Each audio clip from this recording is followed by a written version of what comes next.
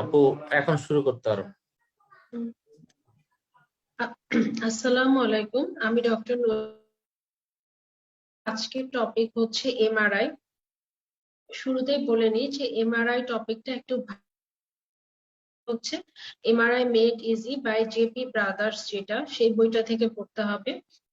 আর হচ্ছে এমআরআই থেকে কয়টা কোশ্চেন আসতে পারে? এমআরআই থেকে মিনিমাম 3টা কোশ্চেন থাকবে পরীক্ষায়, আর ম্যাক্সিমাম 6টা কোশ্চেনের মতো আসতে পারে। এখন এমআরআই টপিকটা ভাস্ট, 6টা কোশ্চেন আসবে, আর টপিকটা সোজা, মানে একটু বড় হলেও টপিকটা সোজা, এই জন্য আমরা টপিকটা বাদ দিব না। যেগুলো ইনফিনিটি স্টার আমি বলে দিব, ওগুলো অ্যাটলিস্ট আমরা ভালোভাবে পড়বো, বাকি টপিক গুলো আমরা দেখে যাব। এমআরআই থেকে চাইলেই ভালো মার্কস ক্যারি করা সম্ভব। শুরুতেই জাস্ট ইনভেনশন সম্পর্কে 2-একটা লাইন জানবো, এটা জাস্ট রিডিং, আর ফার্দার পড়ার দরকার নাই ইনভেনশন টপিকটা।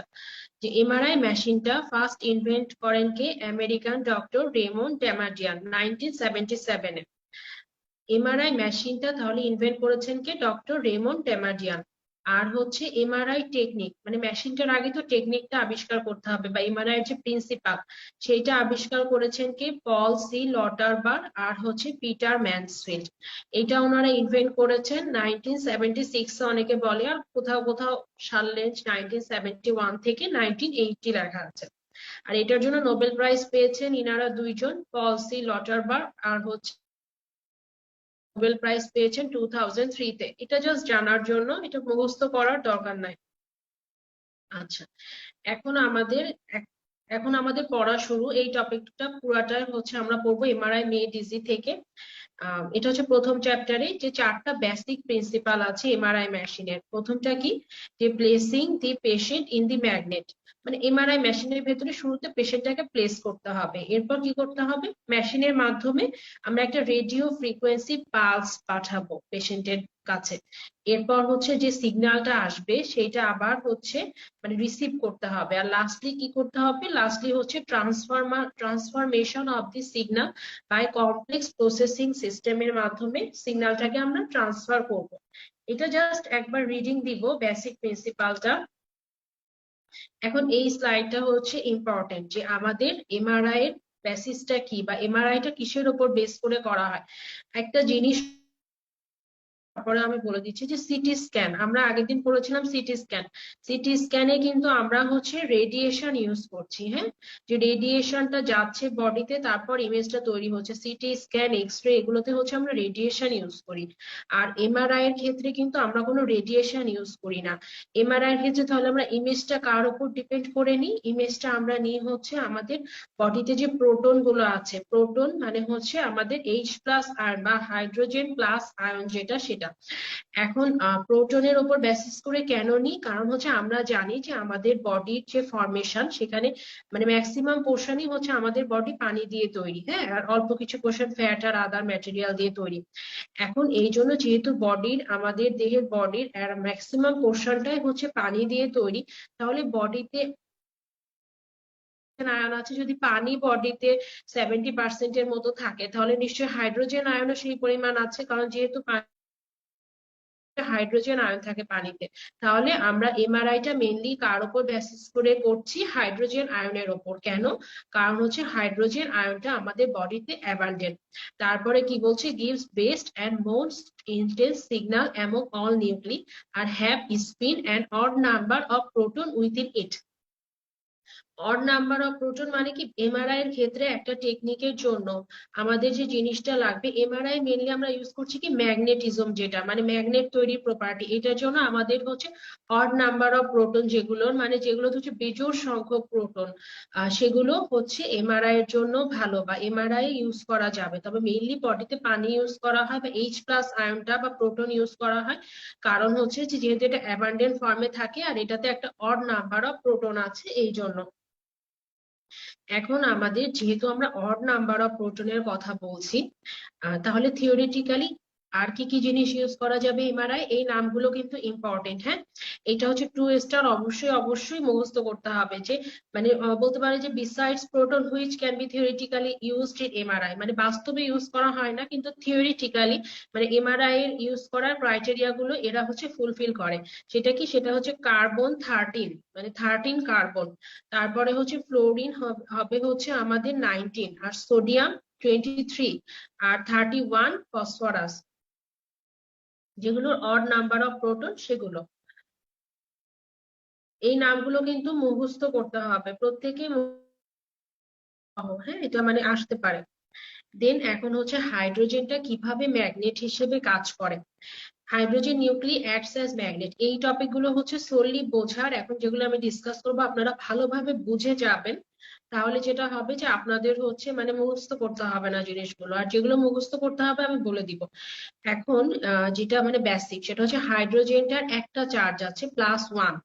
এখন যে কোনো পজিটিভ আয়ন পৃথিবী যেরকম নিজ অক্ষের ওপর ঘুরছে, তেমন হচ্ছে যে কোনো পজিটিভ আয়নও নিজ অক্ষের ওপর ঘুরতে থাকে, এই জিনিস বা নিজ অ্যাক্সিসের ওপর ঘুরতে থাকে। এই যে মানে নিউক্লিয়াস বা হচ্ছে এই যে নিজ অক্ষের ওপর ঘোরা, এইটাকে বলছে হচ্ছে স্পিন। হ্যাঁ, তাহলে স্পিনটা কি জিনিস, যে যেহেতু হাইড্রোজেন বা হচ্ছে প্রোটন একটা পজিটিভ আয়ন, প্রোটনটা এর নিজ অক্ষের ওপর ঘুরছে, এই জিনিসটাই হচ্ছে স্পিন। স্পিনটা কিছুই না, নিজ অক্ষের ওপর যে কোনো আমরা জানি, মানে আমরা যদিও ম্যাগনেটিজম থেকে আমরা জানি যে যদি কোনো একটা আয়ন তার নিজ অক্ষের পজিটিভ চার্জ তার নিজ অক্ষের ওপর ঘোরে, তখন হচ্ছে এটার চারিদিকে একটা ইলেকট্রিক কারেন্ট তৈরি হয় এবং আলটিমেটলি ইলেকট্রিক কারেন্ট থেকে ম্যাগনেটিক ফিল্ড তৈরি হয়। তাহলে কোনো একটা চার্জ যদি নিজ অক্ষের ওপর ঘোরে তাহলে ইলেকট্রিক কারেন্টও তৈরি হবে সেখানে, আর আলটিমেটলি ম্যাগনেটিক ফিল্ড তৈরি হবে। তাহলে প্রতিটা প্রোটন যেটা তার নিজ অক্ষের ওপর ঘুরছে, যে সেই জিনিসটার হচ্ছে একটা করে ম্যাগনেটিক ফিল্ড তৈরি করছে, এই জিনিসটাকে বলা হয় কি, এটা বইয়ের একটা লাইন যে every spinning proton has a small magnetic field which is called magnetic dipole moment. প্রতিটা মানে প্রোটনের যে ম্যাগনেটিক ফিল্ড সেটাকে বলা হচ্ছে ম্যাগনেটিক ডাইপোল মোমেন্ট। এখন এখানে যে জিনিসটা ইম্পর্টেন্ট, এই যে ছবিটা দেখলে আমাদের ক্লিয়ার হয়ে যাবে, ছবিটা থেকে বেশ কিছু জিনিস ভালোভাবে বুঝে নিব আমরা। আচ্ছা, আমরা যদি এইখানে দেখি এই যে আমাদের হাইড্রোজেন আয়নটা, এটা নিজ অক্ষের ওপর ঘুরছে, এই মুভমেন্টটা হচ্ছে স্পিন। হ্যাঁ,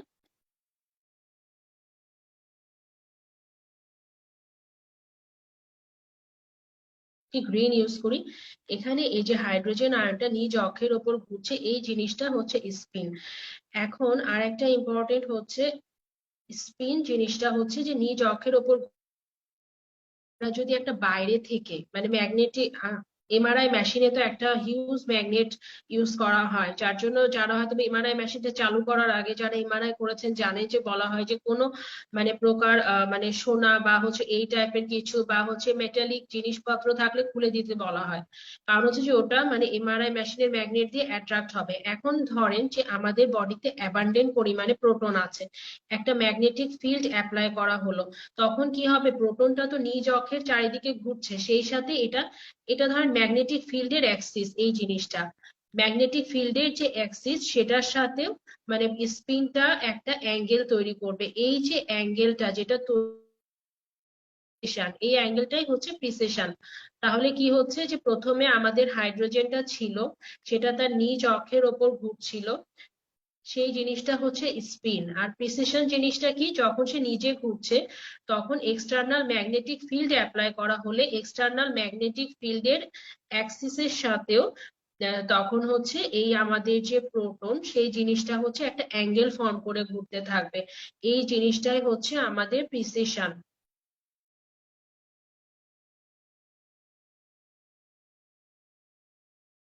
এই যে এই অ্যাঙ্গেলটাই হচ্ছে আমাদের প্রিসেশন।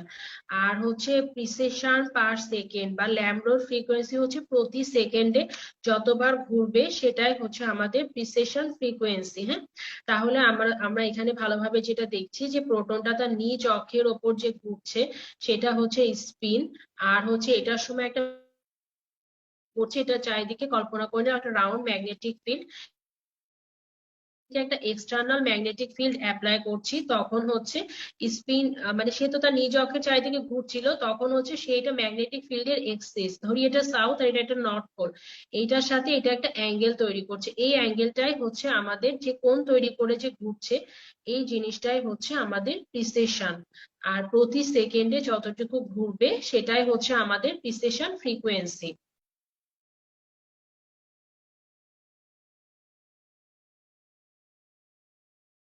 ওকে, তাহলে এইখানে এই জিনিসটাই বলা হচ্ছে as well as spinning about its own axis when magnetic field is applied, nuclei will rotate about the axis of the magnetic field। মানে আমরা আগের ছবিতে যেটা দেখালাম যে নিজ অক্ষের পাশাপাশি এই জিনিসটা হচ্ছে তখন মানে প্রোটন যেটা আউটার ম্যাগনেটিক ফিল্ড সেটার অ্যাক্সিস বরাবর ঘুরবে, এই জিনিসটাই হচ্ছে আমাদের প্রিসেশন। আর হচ্ছে প্রিসেশন ফ্রিকোয়েন্সিটা কি, যে পার সেকেন্ডে কতটুকু ঘুরছে এই জিনিসটাই হচ্ছে precision frequency.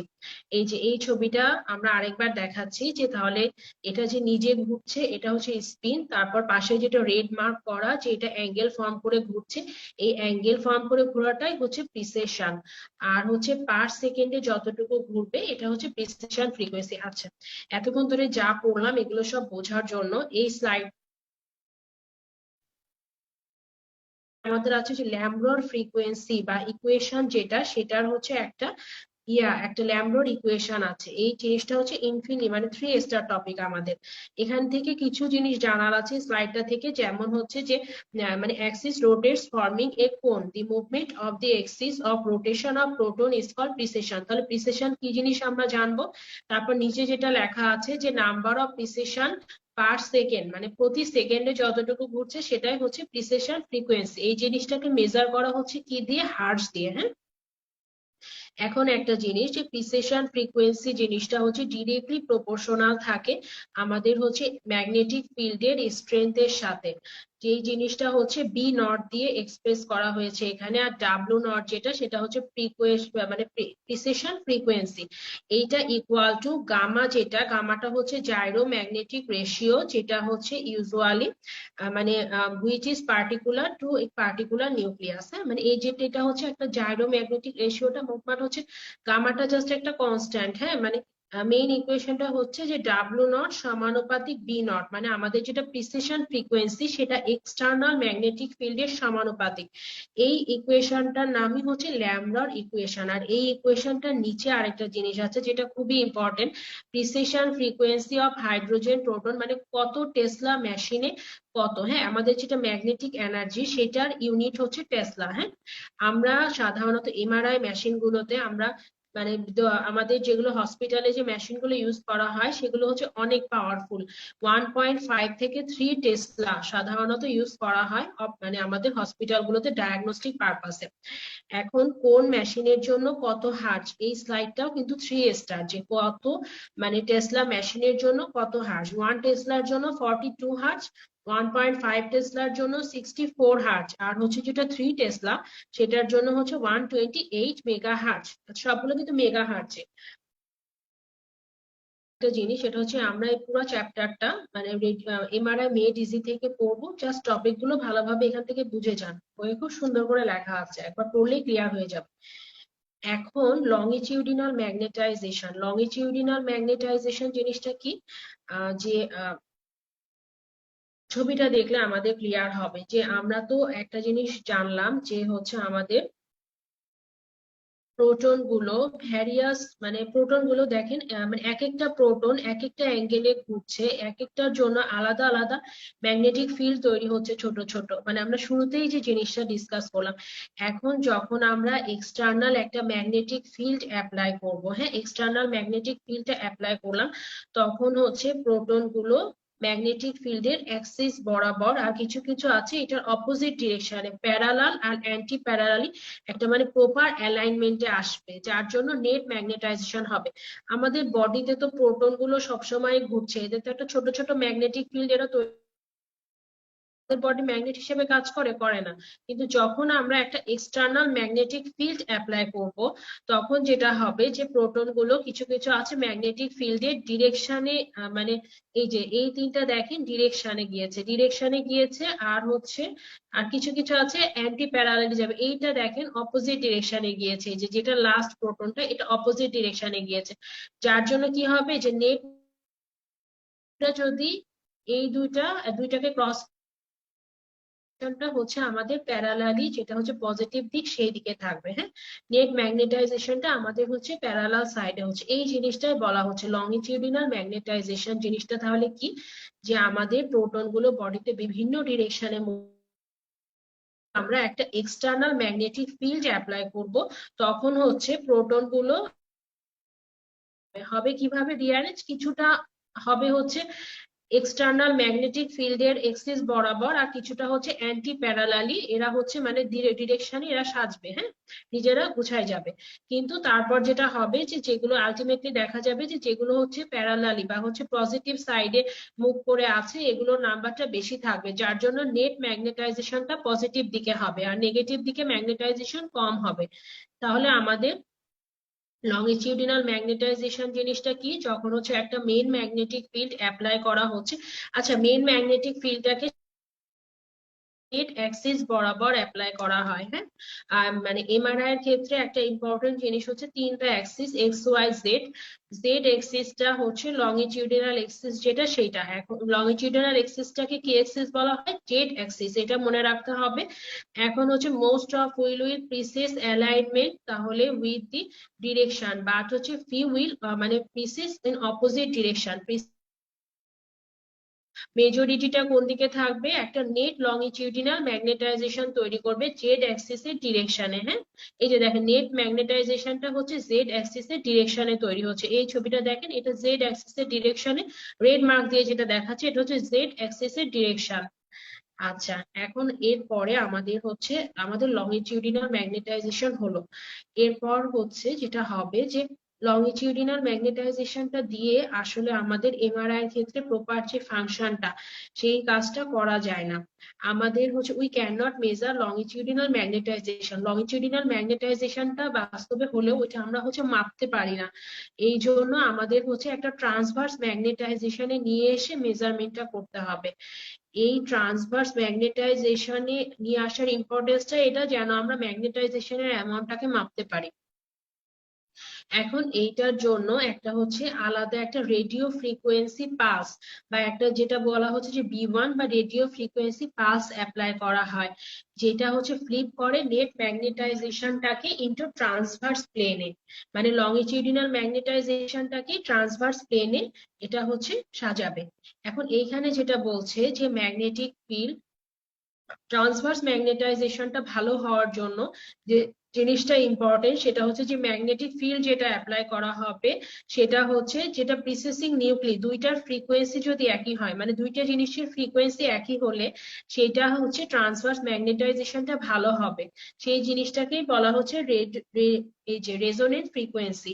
The precision frequency of proton should be same as এই যে আরএফ বা হচ্ছে রেডিও ফ্রিকোয়েন্সি পালস ফ্রিকোয়েন্সি। হ্যাঁ, প্রোটন গুলোর ফ্রিকোয়েন্সি আর রেডিও ফ্রিকোয়েন্সি পালস যেটা অ্যাপ্লাই ফ্রিকোয়েন্সি যদি সেম হয় তাহলে হচ্ছে মানে সুন্দরভাবে আমাদের হচ্ছে ট্রান্সভার্স ম্যাগনেটিক ফেনোমেননটাকেই বলা হয় রেজোনেন্ট। হ্যাঁ, এখন এইখান থেকে আমরা জাস্ট এই ছবিটাকে একবার জাস্ট একটু দেখি, এটাও তো মানে এই ছবিটা একটু কঠিন, বইয়ের ছবিটা সোজা।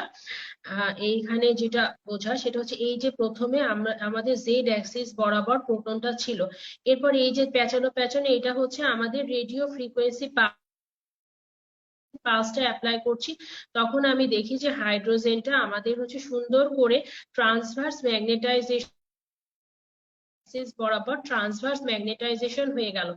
আর এরপর যখন আমরা রেডিও ফ্রিকোয়েন্সি পালসটা উইথড্র করে নিয়েছি, এখানে রেডিও ফ্রিকোয়েন্সি পালসটা দেখেন নাই, তখন আবার ধীরে ধীরে ট্রান্সভার্স ম্যাগনেটাইজেশনটা লংজিটিউডিনাল ম্যাগনেটাইজেশনে কনভার্ট হচ্ছে, ট্রান্সভার্স ম্যাগনেটাইজেশনটা আবার লংজিটিউডিনাল ম্যাগনেটাইজেশনে কনভার্ট হচ্ছে। এই ছবিটা একটু জটিল, যে প্রথমে তাহলে কি হলো আমরা ভালোভাবে দেখি যে প্রথমে রেডিও ফ্রিকোয়েন্সি পালসটা নাই, মানে শুরুতে একদম ইনিশিয়ালি, তখন হচ্ছে এই যে একটা ম্যাগনেটিক ফিল্ড অ্যাপ্লাই করা হচ্ছে, জেড অ্যাক্সিস বরাবরই প্রোটন গুলো ঘুরছে, একদম যেটা মানে বাম দিকের ছবি সেটা তো ওইটাই দেখা যাচ্ছে। এরপর কি হচ্ছে, যখন আমরা রেডিও ফ্রিকোয়েন্সি পালসটা অ্যাপ্লাই করছি তখন দেখছি যে ট্রান্সভার্স ফিল্ড মানে ট্রান্সভার্স ম্যাগনেটাইজেশন হচ্ছে, দেখেন ট্রান্সভার্সে হাইড্রোজেনটা আছে। এরপর যখন আমরা রেডিও ফ্রিকোয়েন্সি পালসটা উইথড্র করছি তখন ধীরে ধীরে ট্রান্সভার্স থেকে লংজিটিউডিনাল অ্যাক্সিসের দিকে আবার ব্যাক করছে। এটাই হচ্ছে একটা বেসিক প্রিন্সিপাল, এই জিনিসটা খুব ভালোভাবে বুঝে নিতে হবে। এই ছবিটা দেখলে যে আরো ক্লিয়ার হবে। এই যে দেখেন যে প্রথমে আমাদের পুরাটা ছিল, এইটা হচ্ছে আমাদের লংজিটিউডিনাল ম্যাগনেটাইজেশন। যখন ইনিশিয়াল ম্যাগনেটিক ফিল্ডে অ্যাপ্লাই করা হলো তখন প্রোটন গুলো সব জেড অ্যাক্সিস বরাবর ছিল, এই জিনিসটাই হচ্ছে লংজিটিউডিনাল ম্যাগনেটাইজেশন। কিন্তু যেহেতু আমরা লংজিটিউডিনাল ম্যাগনেটাইজেশনটা মেজার করতে পারি না, প্রপার মেজারমেন্টের জন্য আমাদের ট্রান্সভার্স ম্যাগনেটাইজেশন দরকার, এই জন্য আমরা অ্যাপ্লাই করলাম রেডিও ফ্রিকোয়েন্সি পালস। এই যে রেডিও ফ্রিকোয়েন্সি পালসটা অ্যাপ্লাই হলো, হওয়ার পর আমরা দেখছি কি ধীরে ধীরে লংজিটিউডিনাল ম্যাগনেটাইজেশনটা কমছে আর হচ্ছে ট্রান্সভার্স ম্যাগনেটাইজেশনটা বাড়ছে, এই যে যাবে। এরপর আলটিমেটলি রেডিও ফ্রিকোয়েন্সি পালসটা অ্যাপ্লাই করা অবস্থায় নেট রেজাল্টটা কি হবে, ট্রান্সভার্স পুরাটাই ট্রান্সভার্স ম্যাগনেটাইজেশন হয়ে গেল, লংজিটিউডিনাল ম্যাগনেটাইজেশনটা জিরো হয়ে গেল, হ্যাঁ জিরো লংজিটিউডিনাল ম্যাগনেটাইজেশন। এই জিনিসটাই হচ্ছে আমাদের ট্রান্সভার্স রিল্যাক্সেশন। তাহলে আমাদের লংজিটিউডিনাল মানে লংজিটিউডিনাল ম্যাগনেটাইজেশন কি ছিল, যে লংজিটিউডিনাল অ্যাক্সিস বরাবর এগুলো অ্যালাইনমেন্ট নিয়েছিল, আর ট্রান্সভার্স ম্যাগনেটাইজেশনটা হচ্ছে রেডিও ফ্রিকোয়েন্সি পালস অ্যাপ্লাই হলো, পুরাপুরি ট্রান্সভার্স অ্যাক্সিস বরাবর এরা হচ্ছে মানে নিজেদের বিন্যাস নিয়ে নিল। এই জিনিসটাই হচ্ছে আমাদের ট্রান্সভার্স ম্যাগনেটাইজেশন। এখানেও একই জিনিস বোঝানো হয়েছে যে যখনই রেডিও ফ্রিকোয়েন্সি পালসটা সুইচ অফ করে দিচ্ছি আমরা দেখছি যে ধীরে ধীরে ট্রান্সভার্স ম্যাগনেটাইজেশনটা আবার লংজিটিউডিনালের দিকে ব্যাক করছে। এরপরে হচ্ছে আমাদের এমআরআই এর চারটা যে প্রিন্সিপাল, ওই পয়েন্ট গুলোই আমরা হচ্ছে এখানে আরেকবার জাস্ট দাগিয়েছি, যে হচ্ছে মানে ভেতরে একবার রিডিং দিব। এখানে জাস্ট একটা জিনিস ইম্পর্টেন্ট, সেটা হচ্ছে 4 নাম্বার পয়েন্টের ভেতরে আপনারা দেখবেন যে ইমেজ ফরমেশন। ইমেজ ফরমেশনের ভেতরে আমাদের যে এমআরআই সিগন্যাল গুলো রিসিভ হয়ে কম্পিউটার এটাকে যে ইমেজে তৈরি করছে সুন্দর করে, এই জিনিসটার এই মেকানিজমটার নাম কি আমি মোটা করে মার্ক করেছি, এই জিনিসটার নাম হচ্ছে ফোরিয়ে ট্রান্সফরমেশন। ফোরিয়ে ট্রান্সফরমেশন না, এইসব এমআরআই থেকে সাধারণত কোশ্চেন গুলো কিভাবে আসবে, দেখা যাবে যে regarding MRI, regarding true statement আর ফলস স্টেটমেন্ট দিবে। অনেক সময় দেখা যাবে যে ফোরিয়ে ট্রান্সফরমেশনটা একটা স্টেপের মধ্যে দিয়ে দিয়েছে, অথবা ভুল দিয়ে দিল, এমআরআই সিগন্যাল মানে receiving mechanism is called Fourier transformation. কারণ হচ্ছে ফোরিয়ে ট্রান্সফরমেশনটা হচ্ছে ইমেজ ফরমেশনের যে মেকানিজম সেইটা, এই জন্য হচ্ছে আমাদের এই নামগুলো একটু জেনে রাখতে হবে। এরপরে এই স্লাইডটা ইম্পর্টেন্ট, এই চ্যাপ্টারের ইম্পর্টেন্ট স্লাইডের মধ্যে এটা একটা, হ্যাঁ, যে লোকালাইজেশন অফ দি সিগন্যাল। এখন হচ্ছে আমাদের মানে এমআরআই যে ম্যাগনেটিক ফিল্ড, এটার সাথে আরো 3টা ম্যাগনেটিক ফিল্ডকে সুপার ইম্পোজড করা হয় মেন ম্যাগনেটিক ফিল্ডের সাথে এক্স ওয়াই জেড অ্যাক্সিস বরাবর। হ্যাঁ, এই ম্যাগনেটিক ফিল্ড গুলোর কাজ কি, এরা মেনলি হচ্ছে লোকালাইজেশন করে সিগন্যাল গুলোকে। এইগুলো আমাদের ওপরের লাইনগুলো দরকার নাই, আমরা খালি জানবো যে 3টা গ্রেডিয়েন্ট আছে, 3টা গ্রেডিয়েন্ট আছে। একটা হচ্ছে স্লাইস সিলেকশন গ্রেডিয়েন্ট, প্রথমে হচ্ছে স্লাইসটা সিলেক্ট করব, এরপরে হচ্ছে ফেজ ইনকোডিং গ্রেডিয়েন্ট, আর একটা হচ্ছে ফ্রিকোয়েন্সি ইনকোডিং গ্রেডিয়েন্ট। হ্যাঁ, হ্যাঁ, এখন আমাদের যেটা slice selection gradient, slice selection gradient থেকে যে লাইনগুলো মার্ক করা আছে খালি সেই জিনিসটা পড়বো। যে স্লাইস সিলেকশন জিনিসটা কি, এটা হচ্ছে স্লাইসের পজিশনটাকে ডিটেক্ট করে, মানে কোন পজিশনে স্লাইসটা আছে এটা ডিটেক্ট করে। এইটা হচ্ছে সাধারণত ডিটারমাইন্ড হয় কি দিয়ে, band wide of the radio frequency pulse দিয়ে। ব্যান্ড ওয়াইডটা কি, রেঞ্জ অফ ফ্রিকোয়েন্সি। হ্যাঁ, এখন যে জিনিসটা ইম্পর্টেন্ট, যে আর ফেজ ইনকোডিং আর হচ্ছে যেটা ফ্রিকোয়েন্সি ইনকোডিং গ্রেডিয়েন্ট, সেটা হচ্ছে কোনখান থেকে মানে আমাদের হচ্ছে স্লাইস সিলেকশনের পর স্লাইসের কোন জায়গা থেকে আমাদের সিগন্যালটা আসছে সেইটা ডিটারমাইনের জন্য এই দুটো ইউজ করা হয়। এখন এই যে এই ছবিটা দেখলে ক্লিয়ার হয়ে যাবে যে এক্স অ্যাক্সিস বরাবর ফেজ ইনকোডিং গ্রেডিয়েন্ট আর ফ্রিকোয়েন্সি ইনকোডিং গ্রেডিয়েন্টটা অ্যাপ্লাই করা হচ্ছে ওয়াই অ্যাক্সিস বরাবর। এখন এখান থেকে ইম্পর্টেন্ট কি, সবচেয়ে বেশি ইম্পর্টেন্ট হচ্ছে মানে আমরা যে স্লাইস গ্রেডিয়েন্ট গুলো করলাম তার চেয়েও বেশি ইম্পর্টেন্ট হচ্ছে কোন অ্যাক্সিস বরাবর কোনটা অ্যাপ্লাই করা হবে। এটা মনে রাখার একটা সোজা উপায় হচ্ছে, মেনলি তো আসলে মুখস্থ, কিন্তু মনে রাখার উপায় হচ্ছে যেহেতু আমরা দেখছি যে লংজিটিউডিনাল ম্যাগনেটাইজেশন সবকিছুই রিলেটেড হচ্ছে জেড অ্যাক্সিস বরাবর, প্রোটন গুলো অ্যালাইনমেন্টও নিচ্ছে জেড অ্যাক্সিস বরাবর। পুরা ম্যাগনেটিজম চ্যাপ্টারটা কিন্তু জেড অ্যাক্সিস এর উপর বেসিস করে। দেখেন শুরুতেই কিন্তু এক্সটার্নাল ম্যাগনেটিক ফিল্ড অ্যাপ্লাই করা মাত্র জেড অ্যাক্সিস বরাবর অ্যাটাচড হলো। যেহেতু জেড অ্যাক্সিসটাই সবার আগে আসছে মেকানিজমে, এই জন্য হচ্ছে স্লাইস সিলেকশনের মতো ইম্পর্টেন্ট কাজটা জেড অ্যাক্সিসেই হবে। মানে এটা বোঝার জন্য যে জেড অ্যাক্সিসে আমরা মনে রাখবো যে স্লাইস সিলেকশনটা মেন কাজ, সেটা হচ্ছে জেড অ্যাক্সিসেই হবে। আর এক্স ওয়াই অ্যাক্সিস তো আমরা আজীবন ম্যাথমেটিক্সে বলেন বা গ্রাফে বলেন, এক্স ওয়াই অ্যাক্সিস আমরা সবসময় দেখেছি। ওইখানে আমরা মনে রাখবো যে ফ্রিকোয়েন্সি আর ফেজ একই রকম, যেহেতু পজিশন ডিটেক্ট করার জন্য ইউজ মনে রাখবো। আর যেটা হচ্ছে ওয়াই এক্সিস বরাবর ওয়াই আবার দেখেন ফ্রিকোয়েন্সি লাস্টে একটা ওয়াই আছে, হ্যাঁ,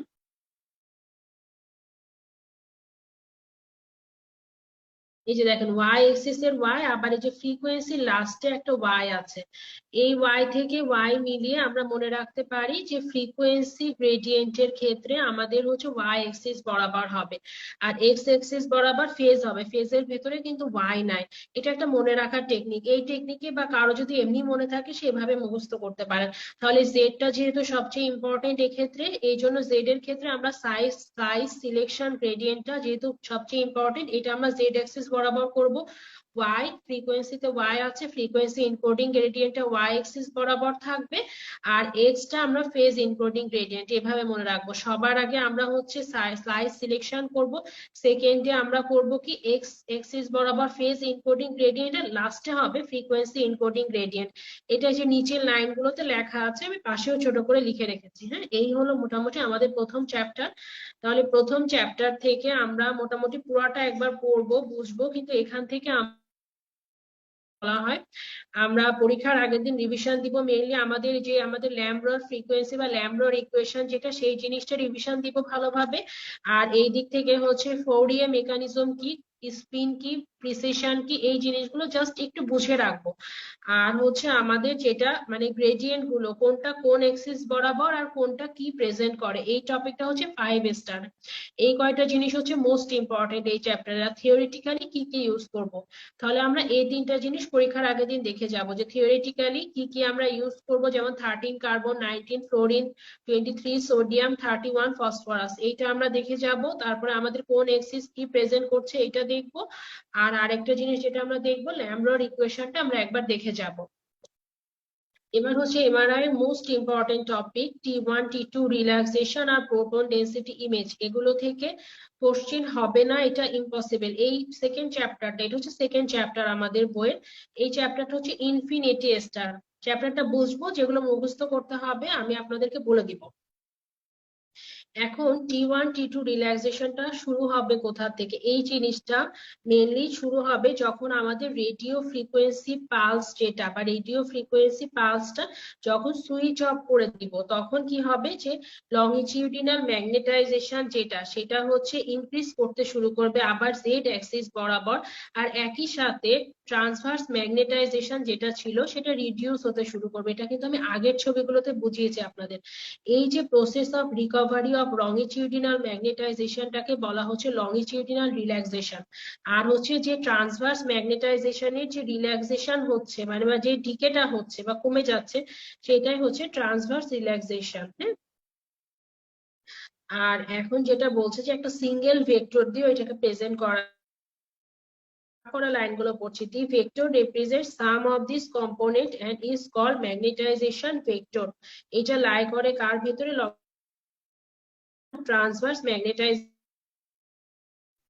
এখন আমাদের ইম্পর্টেন্ট জিনিস হচ্ছে রিল্যাক্সেশন। রিল্যাক্সেশন জিনিসটা কি, যখনই রেডিও ফ্রিকোয়েন্সি পালসটা আমরা বন্ধ করে দিব, তখন ধীরে ধীরে আমরা আগের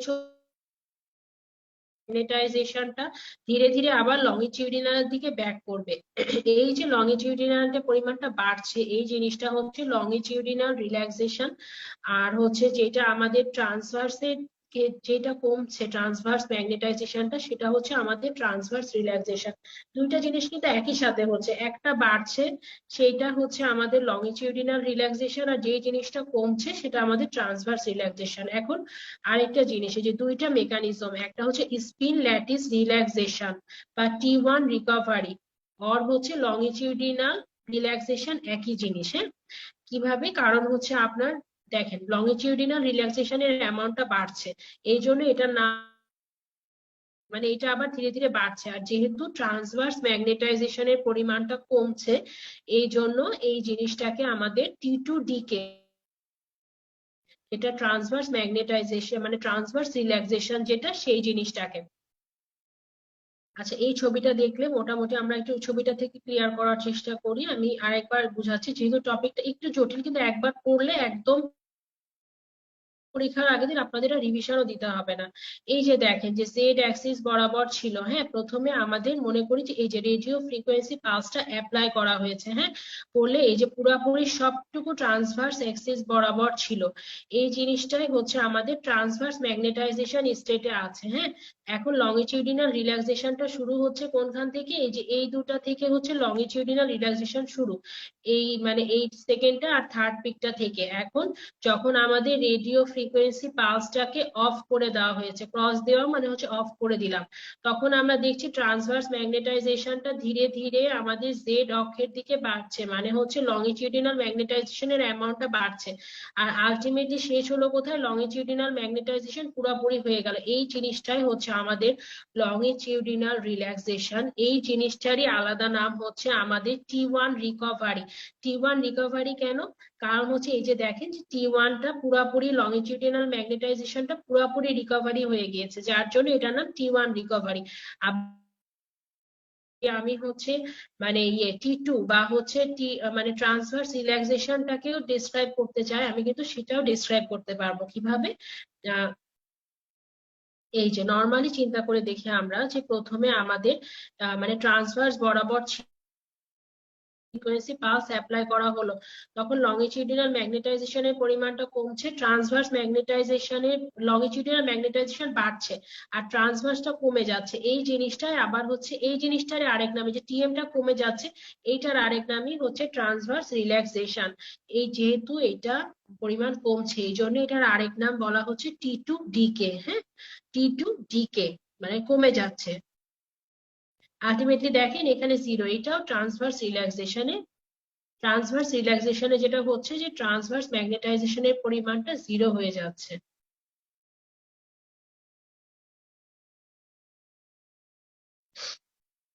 এই যে এখানে মোটামুটি ওই জিনিসটাকে আবার দেখানো হয়েছে, যে ট্রান্সভার্স রিল্যাক্সেশন একই ছবি, জাস্ট মানে আমি আর এটা বুঝাচ্ছি না, জাস্ট একটা জিনিস বোঝেন যে রেডিও ফ্রিকোয়েন্সি পালসটা বন্ধ করে দিলাম, ট্রান্সভার্সটা ধীরে ধীরে লংজিটিউডিনালে কনভার্ট হয়ে গেল, লংজিটিউডিনাল ম্যাগনেটাইজেশনের পরিমাণটা যে বেড়ে যাচ্ছে এটা হচ্ছে লংজিটিউডিনাল রিল্যাক্সেশন, আর ট্রান্সভার্স ম্যাগনেটাইজেশনের পরিমাণটা কমে যাচ্ছে, এইটা হচ্ছে ট্রান্সভার্স রিল্যাক্সেশন। রিল্যাক্সেশন মানে যে দুইটার পরিমাণই বাড়তে হবে সেটা না। মনে করি যে প্রেসার রিলিজ হয়ে গেল, রেডিও ফ্রিকোয়েন্সি পালসটা একটা প্রেসার দিয়ে জোর করে জিনিসটাকে মানে ট্রান্সভার্স এক্সিসে নিয়ে আসছিল, এখন যখন আমরা রেডিও ফ্রিকোয়েন্সি পালসটাকে সরাই দিচ্ছি তখন দুইজনই রিল্যাক্স হয়ে গেল। নর্মাল যে স্টেটে ছিল, নর্মাল স্টেটে কি ছিল, যে লংজিটিউডিনাল ম্যাগনেটাইজেশন ছিল, ট্রান্সভার্সটা ছিল না, ওই স্টেজে ফিরে গেল, তখন দুইটাই রিল্যাক্স হয়ে গেল, এইটাই আমাদের হচ্ছে রিল্যাক্সেশন। আচ্ছা, এখন T1 এর যে আলাদা আলাদা নাম, T1 জিনিসটা কি? হ্যাঁ, এইটা কিন্তু infinity star slide T1 T2 প্রত্যেকবার কোশ্চেনে আসে। Regarding MRI, T1 represent what, T2 represent what, T1 এক একটা স্টেম ঘুরিয়ে ঘুরিয়ে কোশ্চেন আসে। হ্যাঁ, ইনফিনিটি স্টার T1 আর T2। আমরা যে এমআরআই ইমেজ গুলো দেখি, মানে এমআরআই কতগুলো সিকোয়েন্স আছে, একটা হচ্ছে T1 ওয়েটেড ইমেজ, আর একটা হচ্ছে T2 ওয়েটেড ইমেজ, এগুলো হচ্ছে ইনফিনিটি স্টার, এবং এমআরআই এর মেইন বেসিসই হচ্ছে T1 আর T2।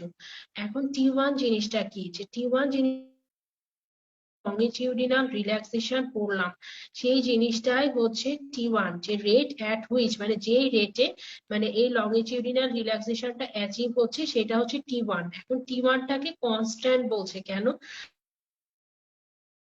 লংগিটিউডিনাল ম্যাগনেটাইজেশন 100% অ্যাচিভ হতে যে সময় লাগে সেটাকে T1 বলে না, মানে ম্যাক্সিমাম 63% রিকভার হতে যে সময় লাগবে সেইটাই হচ্ছে T1। লংগিটিউডিনাল ম্যাগনেটাইজেশন 63% অ্যাচিভ হতে যে সময় লাগবে সেইটাই হচ্ছে আমাদের T1। আর T1টা কার কার উপর ডিপেন্ড করে? সারাউন্ডিং মলিকুলার ল্যাটিসের উপর। একটা জিনিস আমরা শুরুতে একটা জিনিস দেখেছিলাম যে T1 কে বলা হচ্ছে লংগিটিউডিনাল রিল্যাক্সেশন বা হচ্ছে স্পিন ল্যাটিস রিল্যাক্সেশন। কেন? কারণ হচ্ছে আমরা একটা জিনিস চিন্তা করি যে যখন আমাদের হচ্ছে প্রোটন গুলো রেডিও ফ্রিকোয়েন্সি পালস বন্ধ করে দিলাম, প্রোটন গুলো এখন ধীরে ধীরে আমাদের হচ্ছে T1 থেকে মানে ট্রান্সভার্স অ্যাক্সিস থেকে এরা ধীরে ধীরে লংগিটিউডিনাল অ্যাক্সিসের দিকে চলে যাচ্ছে। এগুলোতে একটা এনার্জি ছিল, প্রোটন গুলো যে ট্রান্সভার্স এক্সিসে জোরপূর্বক ছিল এগুলোর একটা এনার্জি ছিল। তখন এরা কি করবে? এদের এই এনার্জি গুলো এরা ছেড়ে দিবে। এনার্জি গুলো ছেড়ে দিবে কাদেরকে? সারাউন্ডিং স্ট্রাকচার বা সারাউন্ডিং ল্যাটিস। ল্যাটিস জিনিসটা আর কিছুই না, ম্যাগনেটের যে আদার স্ট্রাকচার গুলো আছে, হ্যাঁ, মানে মানে আদার যে সারাউন্ডিং যে মেটালিক সাবস্টেন্স বা আদার যেগুলো, সেই সব জায়গায় প্রোটন গুলো হচ্ছে ওদের এনার্জি গুলো ছেড়ে দিবে, দিয়ে এটা আবার পূর্বের অবস্থায় ফিরে যাবে। নর্মালি আমরা law of conservation of energy অনুযায়ী জানি যে যে এনার্জি ক্ষয় হয় না, শুধুমাত্র এক রূপ থেকে আরেক রূপে কনভার্ট হয়। নর্মালি যখনই ম্যাগনেটিক ফিল্ডটা আমরা অ্যাপ্লাই করেছিলাম তখন প্রোটন বরাবর, হ্যাঁ, কিন্তু যখন আমরা রেডিও ফ্রিকোয়েন্সি পালস মানে দিলাম তখন তো একটা এনার্জি গেইন করেছিল প্রোটন গুলো, করে ট্রান্সভার্স এক্সিস বরাবর নিজেরা মানে নিজেরা হচ্ছে ট্রান্সভার্স এক্সিস বরাবর গিয়েছিল। এখন যখন আমরা রেডিও ফ্রিকোয়েন্সি পালসটা বন্ধ করে দিচ্ছি তখন এরা আবার পূর্বের অবস্থায় ফিরে আসছে, মানে হচ্ছে লংগিটিউডিনাল এক্সিসে। এখন যে এনার্জিটা এরা হচ্ছে আগে যে এনার্জিটা এদের মধ্যে ছিল অত এনার্জি তো এদের আর লাগছে না, এই এনার্জিটা এরা সারাউন্ডিং স্ট্রাকচারে ছেড়ে দিবে। এই জন্যই যেহেতু স্পিন মানে হচ্ছে প্রোটন গুলো নিজ অক্ষে ঘোরাটাই তো স্পিন, আর ল্যাটিস মানে কি? সারাউন্ডিং যে স্ট্রাকচার। এই প্রোটন গুলো যখন মানে লংগিটিউডিনাল রিল্যাক্সেশন করবে তখন এরা এদের এনার্জিটাকে সারাউন্ডিং স্ট্রাকচারকে দিয়ে দিবে। এই জন্য এটার নাম হচ্ছে স্পিন ল্যাটিস রিল্যাক্সেশন। হ্যাঁ, এই জিনিসটা ইম্পর্টেন্ট। কেন স্পিন ল্যাটিস রিল্যাক্সেশন? লংগিটিউডিনাল রিল্যাক্সেশনের আরেক নাম স্পিন ল্যাটিস রিল্যাক্সেশন। একটু বোঝার চেষ্টা করেন যেটা বুঝালাম, আর যদি না বুঝতে পারেন তাহলে মনে রাখতে হবে যে এল যেহেতু ল্যাটিস আর লংগিটিউডিনাল রিল্যাক্সেশন, এই জন্য হচ্ছে এল এল এল ইকুয়াল টু এল দিয়ে মনে রাখতে পারি আমরা ল্যাটিস আর লংগিটিউডিনাল। হ্যাঁ, এখান থেকে আমরা স্পিন ল্যাটিস রিল্যাক্সেশনের আরেক নাম কি? Longitudinal relaxation. এইটারই আরেক নাম হচ্ছে T1। হ্যাঁ, এই তিনটা নাম আমরা মনে রাখবো। T1 এর আদার নেম কি? স্পিন ল্যাটিস রিল্যাক্সেশন বা লংগিটিউডিনাল রিল্যাক্সেশন। দুইটা এল দিয়েও মনে রাখতে পারি আমরা যদি মনে না থাকে।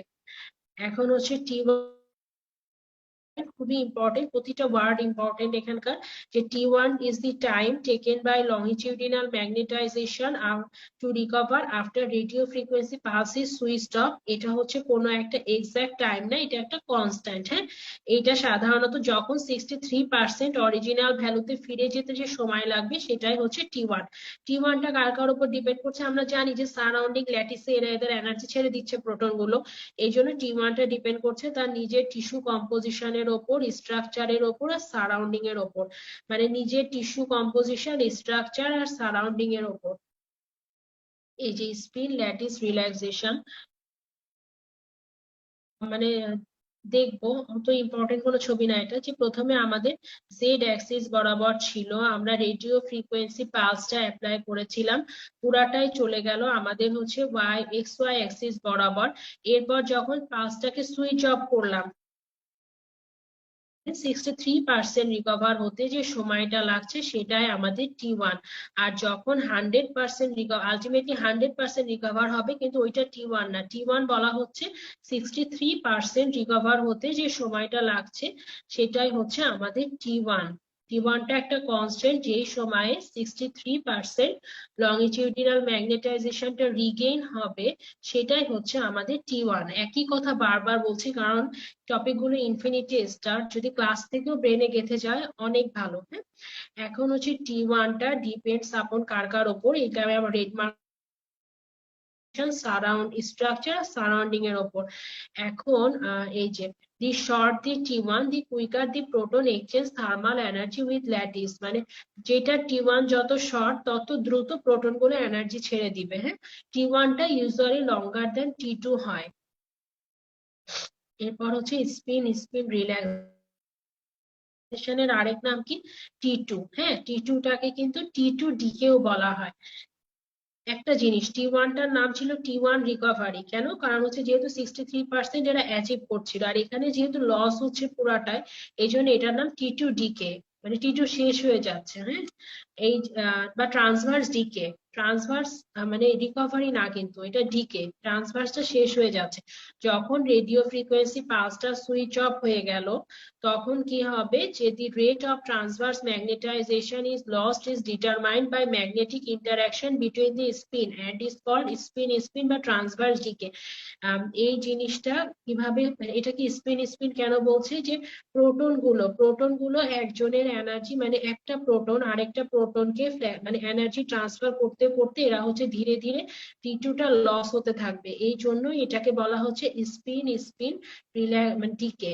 মানে ধীরে ধীরে প্রতিটা প্রোটনের নিজস্ব স্পিন ছিল, রেডিও ফ্রিকোয়েন্সি পালসের জন্য এরা ট্রান্সভার্স এক্সিস বরাবর মানে সুন্দরভাবে বিন্যস্ত হয়েছিল। যখন এই পালসটা আমরা বন্ধ করে দিলাম, তখন এরা আবার পূর্বের অবস্থায় ফিরে যাবে। হ্যাঁ, এই জিনিসটার সময় এই প্রোটন গুলো একজন আরেকজনকে ধীরে ধীরে এনার্জি গুলো দিতে থাকবে। এই জিনিসটাকে, এই যে since dephasing is related to static or slowly fluctuating intrinsic field caused by intrinsic proton transverse relaxation is also called spin relaxation। এটা মানে আগের অবস্থায় যাবে, তখন হচ্ছে এদের ধীরে ধীরে ম্যাগনেটিক ফিল্ডটা কমতে থাকবে। হ্যাঁ, আর এরা একজন আরেকজনকে মানে হেল্প করতে থাকবে। এই জন্য এটাকে বলা হচ্ছে স্পিন বা হচ্ছে ইন্ট্রিনসিক ফিল্ডের সাথে স্পিন প্রোটনের স্পিন গুলো কাজ করবে দেখে এটাকে বলা হচ্ছে স্পিন রিল্যাক্সেশন। এখানে কিন্তু সারাউন্ডিং স্ট্রাকচার বা ল্যাটিসের সাথে এরা ইন্টারাকশন করছে না, কারণ এদের তো এরা সরাসরি মানে একটা প্রোটন আরেকটার সাথে ইন্টারঅ্যাক্ট করছে, যার জন্য এটাকে বলা হচ্ছে স্পিন আর ট্রান্সভার্স ডিকে। হ্যাঁ, আর এখন T2 টা কাকে বলা হয়? T2 is the time takes for the transverse magnetism to decay to 37% of its value। একটা মজার জিনিস হচ্ছে যে আমরা ওখানে দেখলাম যে 63% মানে গেইন করতে যে সময় লাগছে ওটা ছিল যেই সময় হচ্ছে 37% বাকি থাকবে। দুইটা যোগ করলে আমরা দেখবো যে 100% হয়ে গিয়েছে। এটাকে আমরা T2 কে আমরা যদি ঘুরায় বলি যে যেই সময় আমাদের ট্রান্সভার্স ম্যাগনেটাইজেশন 63% লস হয়ে যাবে, সেইটা T2 তাহলেও কিন্তু হয়, কিন্তু ডেফিনেশনটা ওভাবে না বলে আলাদা করে বলেছে যে যেই সময় T2 টা লস হয়ে শুধুমাত্র 37% থাকবে, সেইটা হচ্ছে আমাদের মানে T2 টাইম।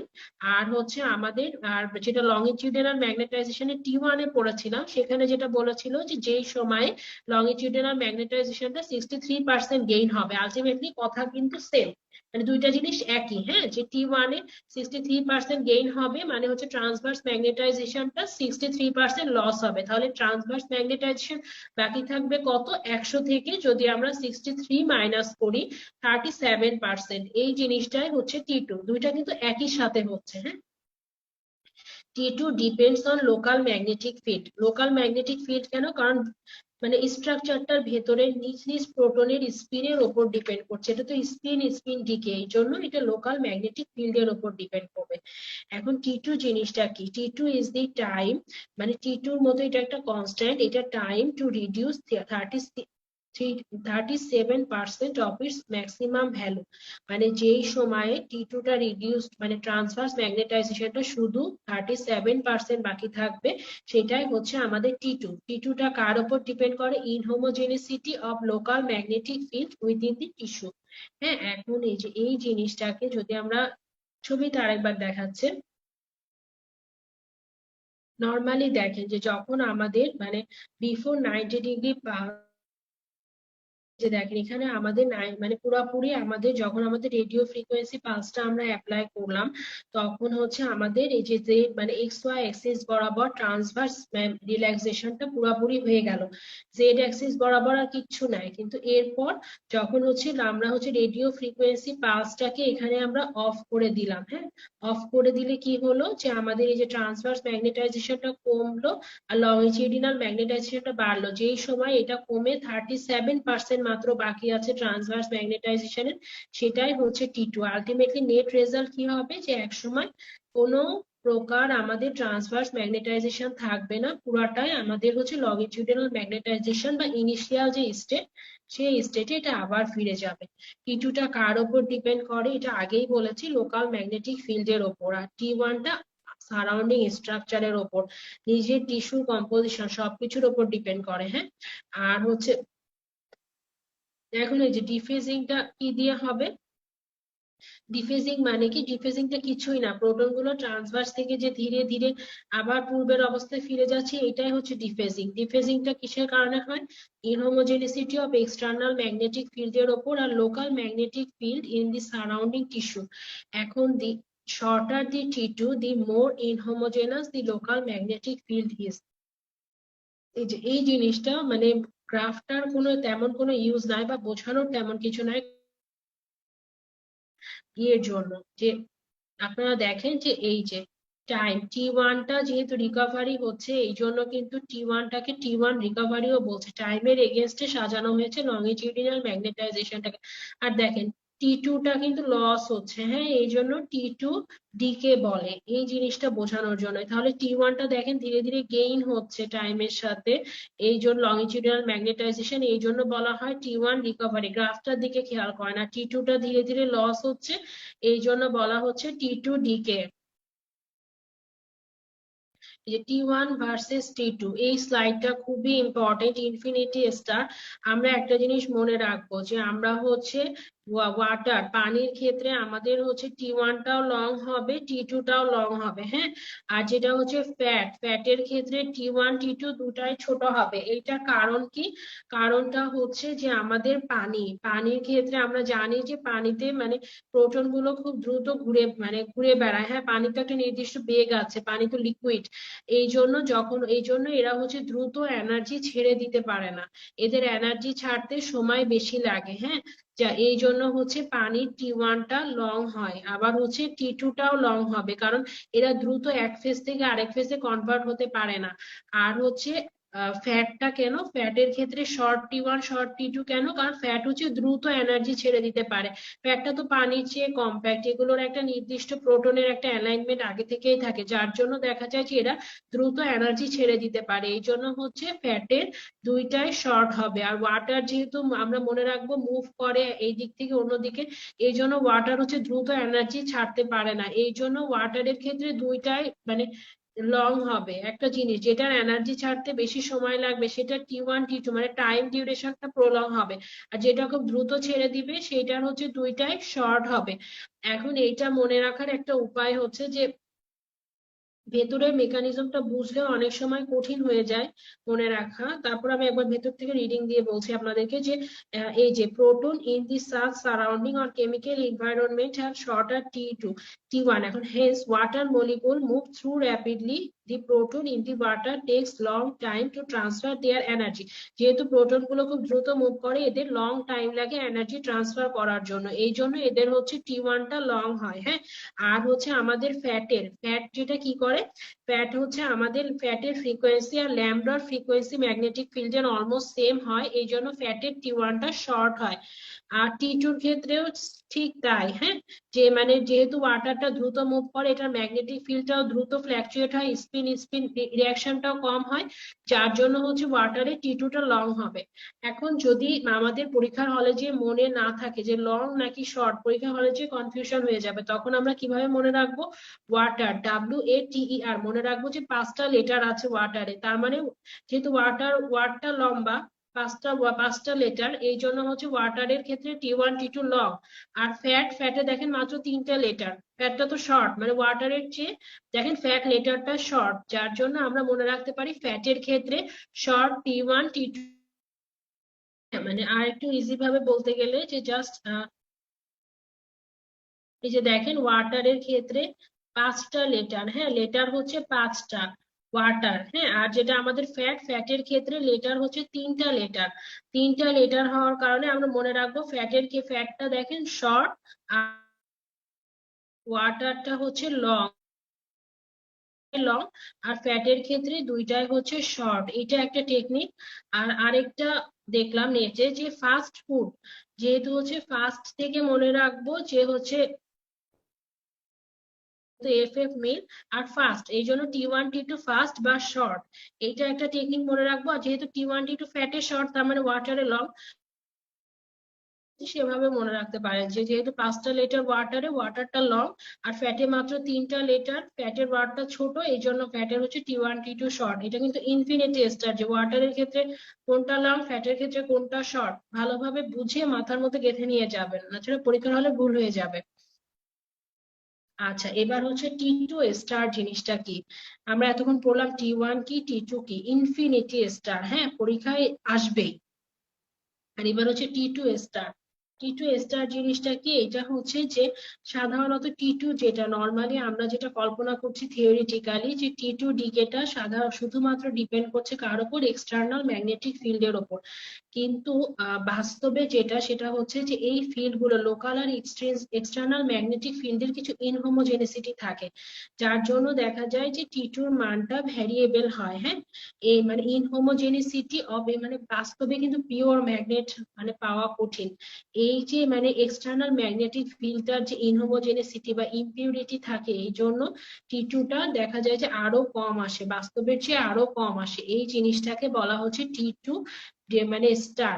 T2 স্টারটা সব সময় T2 চেয়ে ছোট হবে। এই লাল মার্ক করা লাইনটা ইনফিনিটি স্টার। T2 স্টার জিনিসটা কি? যে মানে inhomogeneity of the also causes decay, মানে ট্রান্সভার্স ম্যাগনেটাইজেশনটাকে আরো কমায় দেয়। এই জিনিসটার কারণে যে T2 মানটা কম পাওয়া যায় সেটা হচ্ছে T2 স্টার। এইখানে কিছু লাইন লেখা, রেড মার্ক করা লাইনগুলো ইম্পর্টেন্ট, যে এক্সটার্নাল ম্যাগনেটিক ফিল্ড মানে diffusing effect of external magnetic field is inhomogeneity are eliminated by 180 degree pulse spin echo সিকোয়েন্সে। আমরা পরে পড়বো যে 90 ডিগ্রি আর 180 ডিগ্রি পাস ইউজ করা হয়, এই জন্য স্পিন ইকো সিকোয়েন্সে সাধারণত T2 স্টারটা পাওয়া যায় না, অরিজিনাল T2 পাওয়া যায়। কিন্তু আমাদের গ্রেডিয়েন্ট ইকো সিকোয়েন্সে 180 ডিগ্রি পালস ইউজ হয় না, যার জন্য এখানে আমাদের হচ্ছে T2 স্টার রিল্যাক্সেশন পাওয়া যাবে। ধরেন আপনাদের একটা এমসিকিউ সিস্টেম দিয়ে দিল T2 star relaxation is found in হচ্ছে gradient echo sequence, তখন কিন্তু এটা ট্রু হবে। যদি এখানে স্পিন ইকো সিকোয়েন্স দেয় তখন এটা আমরা হচ্ছে ফলস দিতে পারি। হ্যাঁ, স্পিন ইকোতে এটা মানে নিউট্রাল করা হয়, কিন্তু আমাদের যেটা গ্রেডিয়েন্ট ইকো সিকোয়েন্স সেক্ষেত্রে কিন্তু T2 স্টার রিল্যাক্সেশন পাওয়া যাচ্ছে। আর হচ্ছে ইকুয়েশনটা জাস্ট একবার দেখবো সোজা। এখন হচ্ছে এই চ্যাপ্টারের ইনফিনিটি স্টার এমআরআই থেকে যদি পরীক্ষার আগের দিন কিচ্ছু পড়তে না পারি, তাও আমরা এই জায়গাটুকু পড়ে যাব, নিচের যে লাইনগুলো সেগুলো, এই স্লাইডটা। এখন এই জিনিসটা কি? টা হচ্ছে টাইম টু রিপিট। টিআর জিনিসটা হচ্ছে এটা time of interval, one radio frequency pulse থেকে আরেকটা রেডিও ফ্রিকোয়েন্সি পালস শুরু হতে যে সময়টা লাগে। রিপিট মানে মনে রাখবো যে রিপিট মানে হচ্ছে রিপিট করতে হবে, তাহলে একটা রেডিও ফ্রিকোয়েন্সি পালসের ভেতরে যে সময় সেটাই হচ্ছে রেডিও ফ্রিকোয়েন্সি মানে টাইম টু রিপিট বা টিআর। হ্যাঁ, মানে কি? ইকো মানে হচ্ছে ছবি, যেমন আমরা হচ্ছে ইকো মানে আমরা একটা ছবি নিব, হ্যাঁ তাহলে আমাদের টাইম টু ইকো জিনিসটা কি? রেডিও ফ্রিকোয়েন্সি পালস থেকে আমাদের হচ্ছে রিসিপশন অফ সিগন্যাল বা ইকোটা রিসিভ হতে যে সময় লাগছে সেটাই হচ্ছে আমাদের time to echo. Time to echo মানে দুইটা রেডিও ফ্রিকোয়েন্সি পালস থেকে শুরু, যেহেতু টাইম টু রিপিট মানে রেডিও ফ্রিকোয়েন্সি পালসটা আমরা রিপিট করব টাইম টু রিপিটে, আর হচ্ছে টাইম টু ইকোতে যেহেতু আমরা হচ্ছে ইকোটা রিসিভ করব আমরা। হ্যাঁ, দুইটাই রেডিও ফ্রিকোয়েন্সি পালস থেকে শুরু, এটা আমরা মনে রাখবো। এখন যেটা ইনফিনিটি স্টার লাইন সেটা হচ্ছে যে short TR and short TE always gives T1 weighted image. TR আর হচ্ছে টাইম টু রিপিট আর টাইম টু ইকো যদি শর্ট হয় তাহলে T1 ওয়েটেড ইমেজ পাওয়া যাবে। যখন হচ্ছে দুইটাই লং তখন আমরা পাবো T2 ওয়েটেড ইমেজ। আর হচ্ছে লং TR আর শর্ট TE এই জিনিসটা আমরা পাবো দিবে হচ্ছে প্রোটন ডেনসিটি ইমেজ। হ্যাঁ, আর একটা জিনিস মাথার মধ্যে রাখতে হবে যে এই লাইনটা খুবই ইম্পর্টেন্ট, নিচে আমি যেটা লিখেছি যে T one is determined by TR. হ্যাঁ, মানে টাইম টু রিপিটটা দিয়ে টি1টা ডিটারমাইন্ড হবে, আর হচ্ছে টাইম টু ইকো দিয়ে টিই দিয়ে ডিটারমাইন্ড হবে টি2। এখন এই যে এই ছবিটা দেখলে আমাদের একটু ক্লিয়ার হবে যে কোন জিনিসটা আসলে কি। এই যে দেখেন যে আমাদের একটা 180 ডিগ্রি পালস, এই যে রেডিও ফ্রিকোয়েন্সি পালস 90 ডিগ্রি থেকে আরেকটা 90 ডিগ্রি, সরি এটা 90 ডিগ্রি পালসের ভেতরে যে টাইম ডিফারেন্স সেটা হচ্ছে টাইম টু রিপিট। দেখেন টাইম টু রিপিটটা কিন্তু বড়, টাইম টু রিপিটটা কিন্তু লার্জ। হ্যাঁ, টাইম টু ইকোটা কি, যে আমাদের এই যে 90 ডিগ্রি পালস থেকে এই যে আমাদের হচ্ছে ইকোটা রিসিভ হতে যে সময়টা লাগছে সেটা হচ্ছে টাইম টু রিপিট। ছবি থেকে বোঝা যাচ্ছে যে মানে টাইম ইকো মানে টাইম টু ইকোটা হচ্ছে ছোট অনেক, আর টাইম টু রিপিটটা হচ্ছে বড়। টিআর দিয়ে ডিটারমাইন্ড হবে টি1 আর টিই দিয়ে ডিটারমাইন্ড হবে আমাদের হচ্ছে টি2। হ্যাঁ,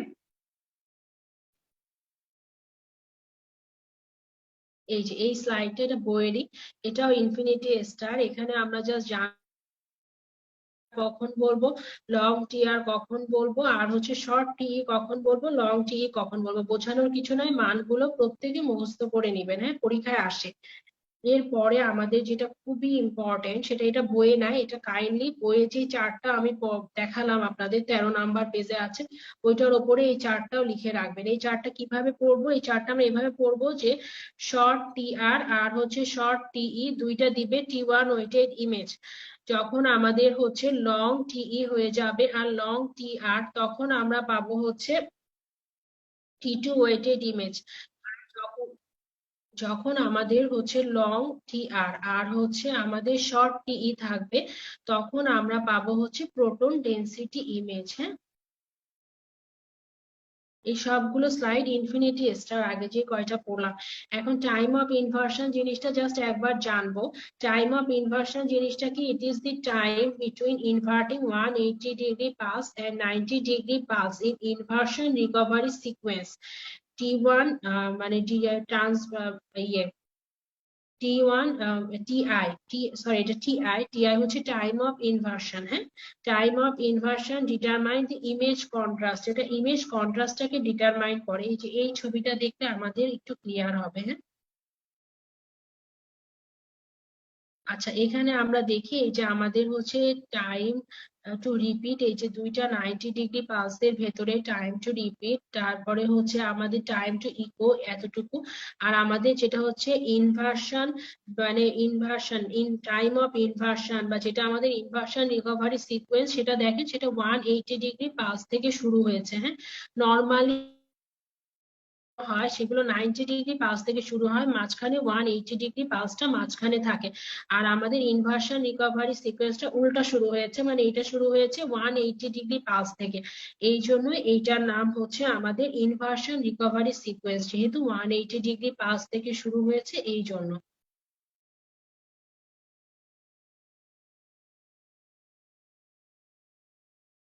এই যে এখানে জাস্ট ছবিটা আরেকবার রিপিট করা হয়েছে, দেখেন ট্রেডিশনাল স্পিন ইকোতে 90 ডিগ্রি থাকবে, 180 ডিগ্রি থাকবে, আর যেটা আমাদের ইনভার্সন রিকভারি 180 ডিগ্রি দিয়ে শুরু হবে। হ্যাঁ, এবার হচ্ছে আমাদের টি1 ওয়েটেড ইমেজ থেকে, এখান থেকে আসলে তেমন পড়ার মতো কিছু নাই, ভেতরের কথাগুলো জাস্ট একবার রিডিং দিব। ইনফিনিটি স্টার মেনলি আমাদের টি1 ওয়েটেড ইমেজে অ্যানাটমি দেখার জন্য সবচেয়ে ভালো, আর হচ্ছে যেগুলো হচ্ছে শর্ট টি1 থাকবে সেগুলো ব্রাইটার, যেই সব জিনিসগুলো টি1টা শর্ট, মানে হচ্ছে টি1টা আমরা কি পড়েছিলাম, মানে লংজিটিউডিনাল রিল্যাক্সেশনটা দ্রুত হয়, সেগুলোর ক্ষেত্রে আমাদের হচ্ছে সিগন্যালটা ব্রাইট দিবে এরা। T1 এ, হ্যাঁ। এই স্লাইডটা ইম্পর্টেন্ট। T1টা TR দিয়ে ডিটারমাইন্ড হয়। T1 weighted image is skipped by TR short, মানে TR টাকে ছোট রাখা হয়, কারণ আমরা তো জানি যে T1 এর ক্ষেত্রে আমরা একটু আগেই পড়েছি TE আর TR দুইটাই শর্ট হবে, কিন্তু যেহেতু এটা TR এর উপর ডিপেন্ড করে, মানে টাইম টু রিপিট এর উপর ডিপেন্ড করে, এই জন্য এই টাইম টু রিপিটটাকে শর্ট রেখে এটা অ্যাচিভ করা হয়। এখানে অ্যানাটমিক্যাল ডিটেল গুলো আমরা ভালো পাবো, আর T2 তে কি ভালো পাবো? প্যাথোলজিক্যাল ডিটেল গুলো। আর T1 ওয়েটেড ইমেজের ক্ষেত্রে CSF টা কালো পাবো, হোয়াইট ম্যাটারটা আমরা হচ্ছে হোয়াইটই পাবো, আর গ্রে ম্যাটারটাকে গ্রে পাবো, মানে হোয়াইট ম্যাটার আর স্কাল্প ফ্যাটটাকে আমরা ব্রাইট পাবো। এরপর হচ্ছে আমাদের T2 ওয়েটেড ইমেজ, মেইনলি প্যাথোলজিটা দেখা হবে। আর এখানে কি হবে যে tissue with short T2 will lose their signal earlier, হ্যাঁ, যেগুলো হচ্ছে শর্ট T2 তারা এদের সিগন্যালটাকে দ্রুত লস করবে। এই স্লাইডটা ইম্পর্টেন্ট, যে T2 টা TE দিয়ে ডিটারমাইন্ড হয়। T2 weighted image is done by keeping TE long, mainly best for seeing pathology, pathology দেখার জন্য বেস্ট। আর এখানে কোন জিনিসটা কেমন দেখা যায় এটা একটু জাস্ট লেখা আছে। এখন আমাদের কিছু স্লাইড আছে যেটা তুলে নিতে হবে, যেমন একটা চার্ট দেখালাম যেটা বইয়ে নাই, ওইটা চার্টটা কাইন্ডলি 13 নম্বর পেজে আপনারা তুলে নিবেন। তারপরে এই স্লাইডটা থেকে যে মানে T1 এর পাশে বড় করে লিখে রাখবেন অ্যানাটমিক্যাল ডিটেল দেখবো, আর T2 ওয়েটেড ইমেজের পাশে বড় করে লিখে রাখবেন প্যাথোলজি দেখবো। এখন প্রোটন ডেনসিটি ইমেজটা কি? প্রোটন T1 T2 টাতে মেইনলি আমরা হচ্ছে ম্যাগনেটিক ক্যারেক্টারিস্টিক্সটা ব্যবহার করছিলাম। আমরা তো দেখলাম যে প্রোটনের ম্যাগনেটাইজিং ক্যারেক্টারিস্টিক্স, আর প্রোটন ডেনসিটি ইমেজটাতে আমরা কি করব? T1 T2 আমরা আনবো না, ম্যাগনেটিক ফিল্ডটাকে নষ্ট করে দিব, দিয়ে আমরা হচ্ছে প্রোটনের যে ডেনসিটি বা number of proton in nucleus use করে প্রোটন ডেনসিটিটা আমরা হচ্ছে ইমেজটা নিব। বর্তমানে এটা তেমন ইউজ করা হয় না, হ্যাঁ, কিন্তু তারপরেও এটা থিওরিটিক্যালি ইম্পর্টেন্ট। এখন আমরা কি করব? তার মানে আমাদের T1, আমাদের টার্গেট কি T1 T2 টা আমরা নষ্ট করব। এখন T1 টা নষ্ট করা যাবে কিভাবে? T1 টা কিভাবে তৈরি হচ্ছিল আমরা আগে পড়ে এসেছি যে T1 টা তৈরি করা হচ্ছিল TR টাকে শর্ট রেখে, তাহলে আমরা হচ্ছে T1 টাকে নষ্ট করব বা কমায় দিব কিভাবে? TR টাকে বড় করে দিব, তাহলে T1 এ ইমেজটা আর থাকবে না। আর T2 টাকে আমরা কিভাবে অ্যাচিভ করছিলাম আমরা আগে পড়েছি, যে TE যেটা ছিল সেটাকে লং রেখে আমরা হচ্ছে T2 অ্যাচিভ করেছিলাম। তাহলে আমরা এখন হচ্ছে TE টাকে শর্ট করে মানে আমরা প্রোটন ডেনসিটি ইমেজটা অ্যাচিভ করব। এই হলো আমাদের, এটা একটা ছবি T1 ওয়েটেড ইমেজের। এই ছবিগুলো বারবার বারবার দেখতে হবে, নেট থেকে একটু দেখবেন, তাহলে সুবিধা যেটা হবে আপনাদের, এই যে দেখেন CSF ব্ল্যাক। আবার এই যে বাইরে আমরা একটা জিনিস জানি যে ব্রেনের ক্ষেত্রে হোয়াইট ম্যাটার গুলো ভেতরের দিকে থাকে, গ্রে ম্যাটারটা বাইরের দিকে থাকে। এই যে দেখেন হোয়াইট ম্যাটার গুলো ব্রাইটার আর গ্রে ম্যাটার গুলো কিন্তু কালো কালো, হ্যাঁ। T1 ওয়েটেড ইমেজে আমরা এই ছবিটা পাবো যে আমাদের হচ্ছে CSF টা কালো থাকবে, হোয়াইট ম্যাটারটা ব্রাইট থাকবে, আর যেটা হচ্ছে গ্রে ম্যাটার সেটা আমাদের হচ্ছে ইয়ে থাকবে। T2 এর ক্ষেত্রে ঠিক উল্টা, দেখেন এটা আমি আর মার্ক করে দেখাচ্ছি না, CSF টা দেখেন সাদা, আমাদের যেটা হোয়াইট ম্যাটার ছিল সেটা দেখেন এখানে কালো দেখা যাচ্ছে, আর যেটা বাইরের গ্রে ম্যাটার সেটা হচ্ছে সাদা দেখা যাচ্ছে। আর প্রোটন ডেনসিটিটা দুইটার মধ্যে কোনোটাই না, কেমন একটা মনে হচ্ছে ঘষা কাচের মতো একটা ছবি, হ্যাঁ। এখন আমাদের আরেকটা ইম্পর্টেন্ট টপিক হচ্ছে কে স্পেস এন্ড হচ্ছে স্ক্যানিং প্যারামিটারস। কে স্পেস জিনিসটা কি? কে স্পেসটা হচ্ছে একটা ইমাজিনারি স্পেস, যেখানে আমরা হচ্ছে ডাটা গুলো মানে কম্পিউটারের ডাটা গুলো আমরা কালেক্ট করব। সেই ইমাজিনারি স্পেস মানে কম্পিউটার মেমোরিতে that stores signal data from scanner, scanner থেকে সিগন্যাল ডাটা গুলো কালেক্ট করবে, হ্যাঁ। এখন হচ্ছে এই ডেফিনেশনটা ইম্পর্টেন্ট। এখন কে স্পেসের ভেতরে কিছু কলাম থাকে আর কিছু রো থাকে, রিপ্রেজেন্ট করে হচ্ছে ফ্রিকোয়েন্সি, আর রো যেটা সেটা হচ্ছে আমাদের ফেজ ইনকোডিং স্টেপস গুলোকে ইয়ে করে। আর আরেকটা জিনিস কি, কে স্পেসারের ভেতরে যেগুলো হাই ফ্রিকোয়েন্সি সিগন্যাল গুলো এজ মানে কে ফ্রিকোয়েন্সি মানে কে স্পেসের একটা হচ্ছে সাইডের কর্নার থাকে আর একটা সেন্টার থাকে, হ্যাঁ। এখন হচ্ছে সেন্টারে লো ফ্রিকোয়েন্সি সিগন্যাল গুলো স্টোর হবে, আর এই জিনিসটা এক্সপ্রেস করবে কি কন্ট্রাস্ট, হ্যাঁ। আমরা এটা মনে রাখতে পারি কিভাবে, এই যে সি ফর সি এই যে সেন্টার, সরি সেন্টার, এই যে কন্ট্রাস্ট, আর আমাদের হচ্ছে পেরিফেরি, যেহেতু সাইড গুলো আমাদের হচ্ছে রিজলিউশন আর ফাইন ডিটেল, রিজলিউশন আর ফাইন ডিটেল গুলো আমাদের এক্সপ্রেস করবে। খালি এই জায়গাটা আমরা মনে রাখবো যে সেন্টারে আমাদের থাকবে কি কন্ট্রাস্ট, আর পেরিফেরিতে আমাদের থাকবে ফাইন ডিটেল আর রিজলিউশন। এই এখান থেকে মূলত কে স্পেস থেকে যে লাইন গুলো পড়তে হবে সেগুলো এখানে দেখানো আছে।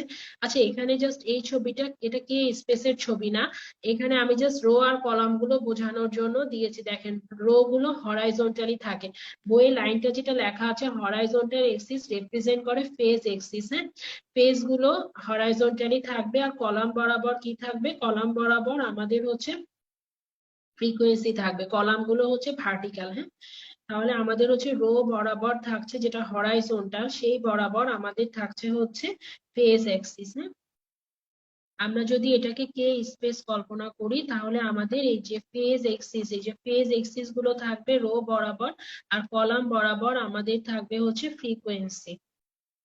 এই জিনিসটা ইম্পর্টেন্ট মনে রাখতে হবে, ছবিটা কে স্পেসের সাথে রিলেটেড না, জাস্ট কলাম আর ইয়েটা যেন ভার্টিক্যাল বা হরাইজন্টাল দিলে বা কলাম বা রো যেটাই লিখুক আপনারা ধরতে পারেন এই জন্য দেওয়া।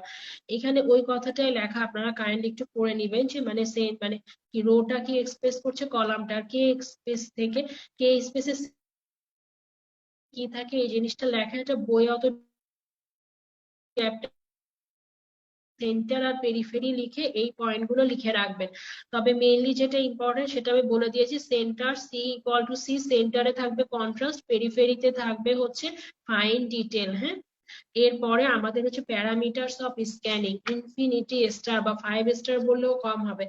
আমাদের সময় ম্যাট্রিক্স থেকে একটা কোশ্চেন এসেছিল 2019-এ। হ্যাঁ ম্যাট্রিক্স এর ভেতর থেকে যে লাইন গুলো লাগবে সেগুলো আমি রেড মার্ক করে দিয়েছি।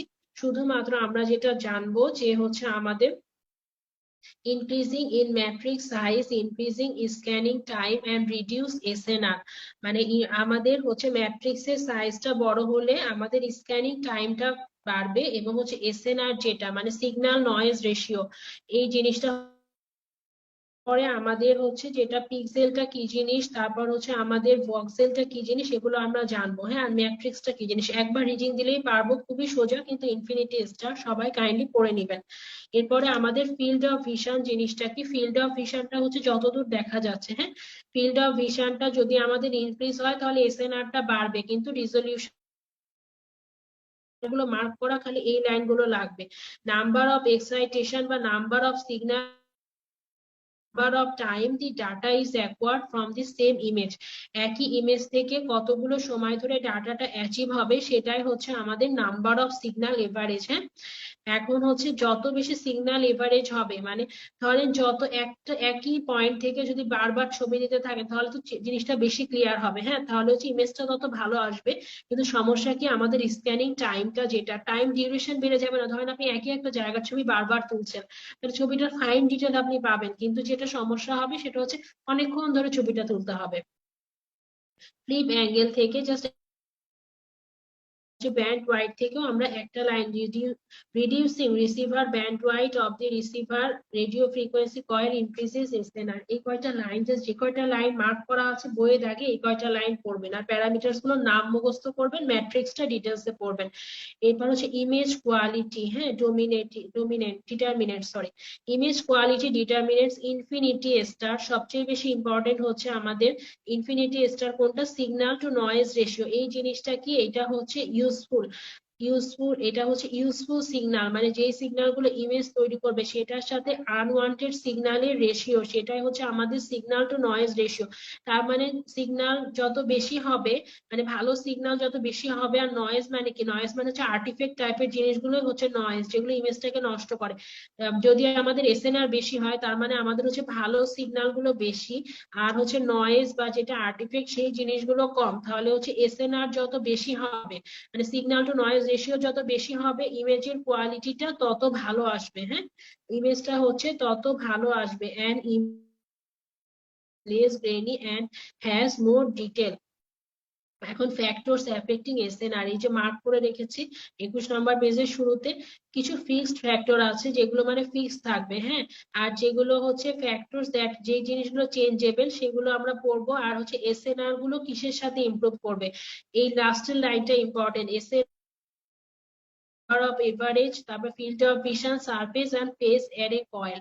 এরপর হচ্ছে আমাদের স্পেশাল রিজলিউশন আর হচ্ছে কন্ট্রাস্ট। জাস্ট একবার রিডিং দিব 1 স্টার। স্পেশাল রিজলিউশনটা কি, যে করে, হ্যাঁ, এইটা হচ্ছে ম্যাট্রিক্স সাইজ ইমপ্রুভ করলে এটা ইমপ্রুভ করবে, এতটুকু জাস্ট একবার রিডিং দিব। আর কন্ট্রাস্ট জিনিসটা কি, যে এটা হচ্ছে সিগন্যাল ইন্টেন্সিটি ডিফারেন্স, দুইটা পাশাপাশি দুইটা স্ট্রাকচারের ভেতরে সিগন্যাল ইন্টেন্সিটি ডিফারেন্স। তাহলে রিজলিউশনটা হচ্ছে দুইটা পয়েন্ট, কন্ট্রাস্ট হচ্ছে দুইটা স্ট্রাকচারের ভেতরে ইন্টেন্সিটি ডিফারেন্স। এখন আমাদের হচ্ছে কন্ট্রাস্টটা কার কার উপর ডিটারমাইন্ড হবে, এটা আমি মার্ক করে রেখেছি, জাস্ট একবার রিডিং দিব, কঠিন মনে হলে পড়বো না। এখান থেকে আমরা শুধুমাত্র সিগন্যাল টু নয়েজ রেশিওটা পড়বো, হ্যাঁ। এখন এখানে ইমেজিং টাইমটা 2 স্টার, এই ইয়েটা আমরা পড়বো। এই যে আমাদের যেটা ইকুয়েশন আছে, ইকুয়েশনটা মুখস্থ করব, তাহলে আমরা বুঝতে পারবো। যদি ইকুয়েশনের এইদিকে যেগুলো আছে, যেমন time to repeat, number of pixel, number of excitation, এগুলোর সাথে যদি আমাদের অ্যাকুইজিশন টাইমটা সমানুপাতিক লেখে, হ্যাঁ, বা হচ্ছে ইট ইজ প্রপোর্শনেট টু, এভাবে যদি কোশ্চেন আসে আমরা অ্যান্সার করতে পারবো, হ্যাঁ। এখন আমাদের হচ্ছে আমাদের একটা ভালো স্ক্যানের ক্রাইটেরিয়া কি, একটা গুড কোয়ালিটি ইমেজের জন্য রিজনেবল এসএনআর থাকতে হবে, স্পেশাল রিজলিউশন থাকতে হবে, আর শর্ট টাইম থাকতে হবে। এই প্যারামিটারসটা ইনফিনিটি স্টার, হ্যাঁ, রিডিং না কিন্তু, এটা ইনফিনিটি স্টার, যে কোনটার সাথে কি বাড়ছে কি কমছে, স্ক্যানিং টাইমটা কি হচ্ছে। দেখেন নিচে লেখা আছে যে ইনক্রিজ চিহ্ন কোনটা, ডিক্রিজ চিহ্ন কোনটা, নো চেঞ্জ। এটা খুব ভালোভাবে পড়বো, অ্যাটলিস্ট এসএনআরটা খুব ভালোভাবে পড়বো, এসএনআরটা কিন্তু ইনফিনিটি স্টার। তাহলে এসএনআর বাড়ছে কিসে কিসে, ফিল্ড অফ ভিশন, তারপর হচ্ছে স্লাইস থিকনেস, আর আমাদের হচ্ছে সিগন্যাল এভারেজ, এগুলো বাড়লে হচ্ছে এসএনআরটা বাড়ছে, হ্যাঁ। আর কমছে ম্যাট্রিক্স সাইজটা বাড়লে এসএনআরটা কমে যাবে। আর হচ্ছে রিসিভার ব্যান্ডওয়াইটটা বাড়লে আমাদের এসএনআরটা কমে যাবে। ঠিক আছে, আর এসএনআরটা বাড়া কিন্তু আমাদের ইমেজের জন্য ভালো। এখন আমরা পুরোটা ভালোভাবে দেখবো, এক একটা ফ্যাক্টরের উপর ডিপেন্ড করে জিনিসটাকে মেনটেন করতে হবে, হ্যাঁ। যদি এরকম হয় যে এই আমাদের কে স্পেস স্ক্যানার বা 3 নাম্বার চ্যাপ্টার থেকে যদি আমরা কিছুই পড়তে পারছি না, তাহলে আমরা কি পড়ব, সিগন্যাল নয়েজ রেশিওটা এই চ্যাপ্টারের ইনফিনিটি স্টার টপিক, হ্যাঁ। আর হচ্ছে প্যারামিটারসটাও খুবই ইম্পর্টেন্ট, এই দুটো টপিক আমরা দেখবো। কে স্পেসটা হচ্ছে আমাদের 2 to 3 স্টার, আমরা একবার ভালোভাবে রিডিং দিব।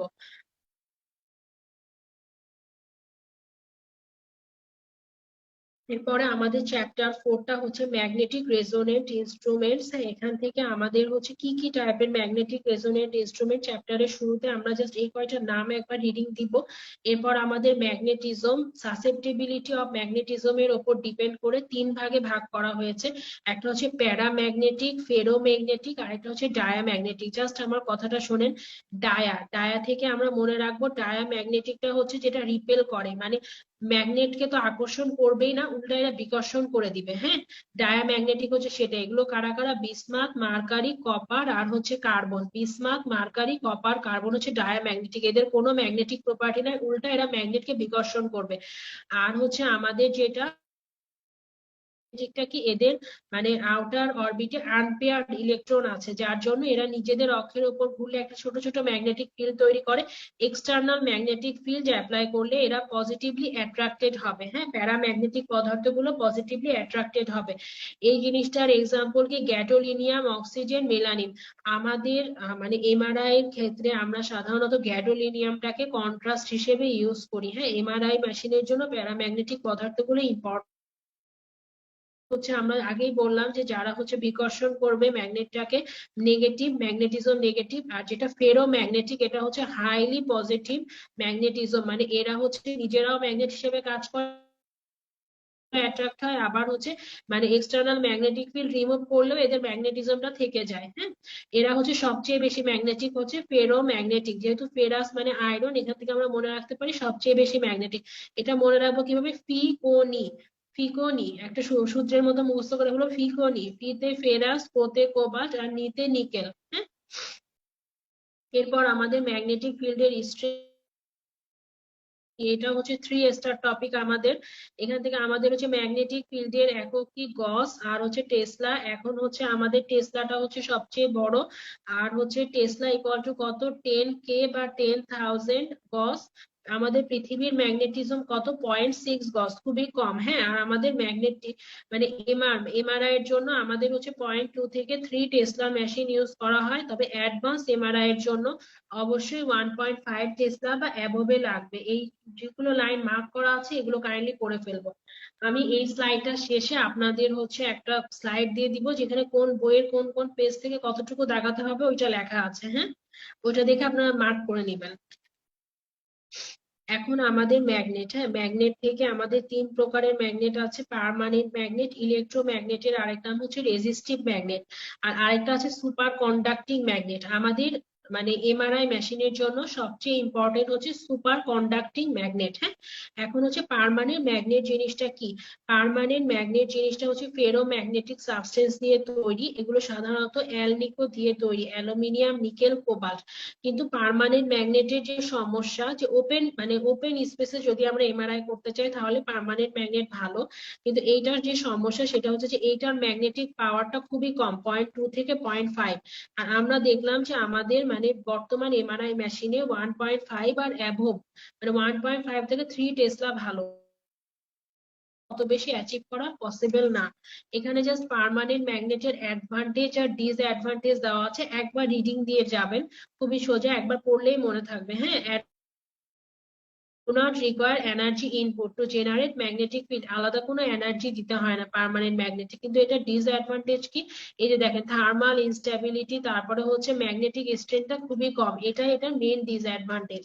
এখন ইলেকট্রোম্যাগনেটিজম কি, খুবই সোজা, একটা ইলেকট্রিক ওয়্যারের ভেতর দিয়ে, যদি একটা ওয়্যারের ভেতর দিয়ে ইলেকট্রিসিটি পাস করলে যে ম্যাগনেটিজমটা তৈরি হবে সেটাই হচ্ছে ইলেকট্রোম্যাগনেটিজম, মানে কারেন্ট দিয়ে ম্যাগনেট তৈরি করছি সোজা ভাষায়। হ্যাঁ, এখন হচ্ছে যে এগুলো সাধারণত মানে সোলেনয়েড বা হচ্ছে রেজিস্টিভ ম্যাগনেট দিয়েও তৈরি হতে পারে, এই জন্য এটাকে হচ্ছে রেজিস্টিভ ম্যাগনেটিজমও বলে। আর এটা কত পাওয়ার, এটার পাওয়ার হচ্ছে 0.2 টু 0.3 টেসলা। যেই লাইনগুলো মার্ক করা আছে জাস্ট ওগুলো পড়বো। এখানে অ্যাডভান্টেজ আর ডিসঅ্যাডভান্টেজটা বলা আছে। অ্যাডভান্টেজটা কি, হায়ার স্ট্রেংথের ম্যাগনেটিক ফিল্ড তৈরি করতে পারে পার্মানেন্ট ম্যাগনেটের চেয়ে। কিন্তু এটা মেইন ডিসঅ্যাডভান্টেজ কি, বারবার কারেন্ট ফ্লো করতে হচ্ছে, তাহলে প্রচুর এনার্জি ওয়েস্টেজ হচ্ছে। হ্যাঁ, এখন আমাদের সবচেয়ে ইম্পর্টেন্ট জিনিস যেটা আমাদের হচ্ছে বর্তমানে আমাদের মেশিনে, আমরা হচ্ছে এমআরআই মেশিনে কি ইউজ করি, আমরা সুপার কন্ডাক্টিং ম্যাগনেট ইউজ করি। হ্যাঁ, সুপার কন্ডাক্টিং ম্যাগনেট জিনিসটা কি, এটা হচ্ছে মার্কারি বা হচ্ছে niobium titanium alloy, niobium titanium alloy use করা হয়। এটাকে কপার ম্যাট্রিক্সের ভেতরে ইমবেড করে এটা ইউজ করা হয়। হ্যাঁ, এখন এই জিনিসটার ইম্পর্টেন্সটা কি, সুপার কন্ডাক্টিং জিনিসগুলো এরকম যে এটার ভেতরে আমরা ইলেকট্রিসিটি পাস করলে এদের ভেতরে তো মানে ম্যাগনেট তৈরি হবে, মানে ম্যাগনেটিক ফিল্ড তৈরি হবে। কিন্তু এটা সুবিধা হচ্ছে যদি আমরা অনেক লো টেম্পারেচারে নিয়ে যাই তখন এইটার মানে সুপার কন্ডাক্টিং ম্যাগনেট গুলোর রেজিস্ট্যান্স যেটা সেটা 0 হয়ে যাবে, এবং যে ইলেকট্রিসিটিটা পাস করাতে থাকবো সেটা দিয়ে পার্মানেন্টলি ম্যাগনেট তৈরি হতে থাকবে। হ্যাঁ, মানে হচ্ছে যে রেজিস্ট্যান্স 0 হয়ে যাবে, যে এরা হচ্ছে লো টেম্পারেচারে এদের রেজিস্ট্যান্স 0 হয়ে যাবে, বারবার বারবার একই কারেন্ট দিয়ে ম্যাগনেট তৈরি হতে থাকবে, যার জন্য এক্সট্রা এনার্জি লস হবে না, এই জন্য এটা সবচেয়ে বেশি ওয়াইডলি ইউজড। এখন 2-4টা লাইন একদম নিচে আমরা দেখতে পাচ্ছি, অ্যালয় বিকাম সুপার কন্ডাক্টিং, মানে লো টেম্পারেচারটা কত হবে, 10 কেলভিন, 10 কেলভিনের মতো হতে হবে লো টেম্পারেচারটা। এখন 2 নাম্বার পয়েন্টে কি বলছে, যে লো টেম্পারেচারটা আমরা কি দিয়ে অ্যাচিভ করব, এত কম টেম্পারেচারে নেওয়ার জন্য সুপার কন্ডাক্টিং ম্যাগনেটের চারিদিকে বা ম্যাগনেটটাকে কুলড করা হবে কি দিয়ে, হিলিয়াম, ক্রায়োজেন, যেটা হচ্ছে লিকুইড হিলিয়াম দিয়ে। এটা অনেক এক্সপেন্সিভ। হ্যাঁ, লিকুইড হিলিয়ামটা, এটা হচ্ছে এটার কত, টেম্পারেচার কত, 4 কেলভিন বা -269 ডিগ্রি সেলসিয়াস। হচ্ছে যে এই ক্রায়োজেন গুলোর মেন সমস্যা হচ্ছে এগুলোর ভেতরে যদি সামান্য একটু হিটও যায় তাহলে কিন্তু ক্রায়োজেন গুলো পুরো বাষ্প হয়ে বয়েল আউট হয়ে যাবে। এই জন্য ক্রায়োজেন গুলোকে আবার কাভার করা থাকে চারিদিকে লিকুইড নাইট্রোজেন দিয়ে। লিকুইড নাইট্রোজেনটা সুবিধা কি, এটার টেম্পারেচার হচ্ছে 80 ডিগ্রি কেলভিন, আর এইটা হচ্ছে মানে এইটা আগে ভ্যাপোরাইজেশন হয়ে যাবে, ক্রায়োজেনটা ভ্যাপোরাইজেশন হওয়ার আগে, যার জন্য লিকুইড নাইট্রোজেনটা মিশাই দেওয়া হয় হিলিয়ামের সাথে, যেন হিলিয়ামটা বেশি ওয়েস্ট না হয় এই জন্য। এখন আমাদের যেটা ইম্পর্টেন্ট সেটা হচ্ছে এই যে লিকুইড নাইট্রোজেন আর রেডিয়েশন শিল্ড দিয়ে হিলিয়ামটাকে ঘেরা থাকে। এখন আমাদের মানে র্যাম্পিং জিনিসটা কি? র্যাম্প স্টার্টিং অফ ম্যাগনেটের আরেক নামই হচ্ছে র্যাম্পিং। র্যাম্পিং জিনিসটা কি ভেতরে আমরা জাস্ট নামটা জানবো যে র্যাম্পিং এটা হচ্ছে যে প্রথমে আমাদের সুপার কন্ডাক্টিং কয়েলটার টেম্পারেচারটাকে একদম কম করে সেখানে হচ্ছে মানে চালিয়ে সেখানে আমাদের হচ্ছে ইলেকট্রিসিটি চালায় আমাদের এক্সটার্নাল পাওয়ার দিয়ে সেটাকে হচ্ছে যেটা আমাদের তৈরি করা ম্যাগনেট তৈরি করাটাই হচ্ছে আমাদের র্যাম্পিং। হ্যাঁ, মানে মানে ম্যাগনেটাইজেশনটাকে ইনিশিয়েট করা, এই জিনিসটাই হচ্ছে র্যাম্পিং।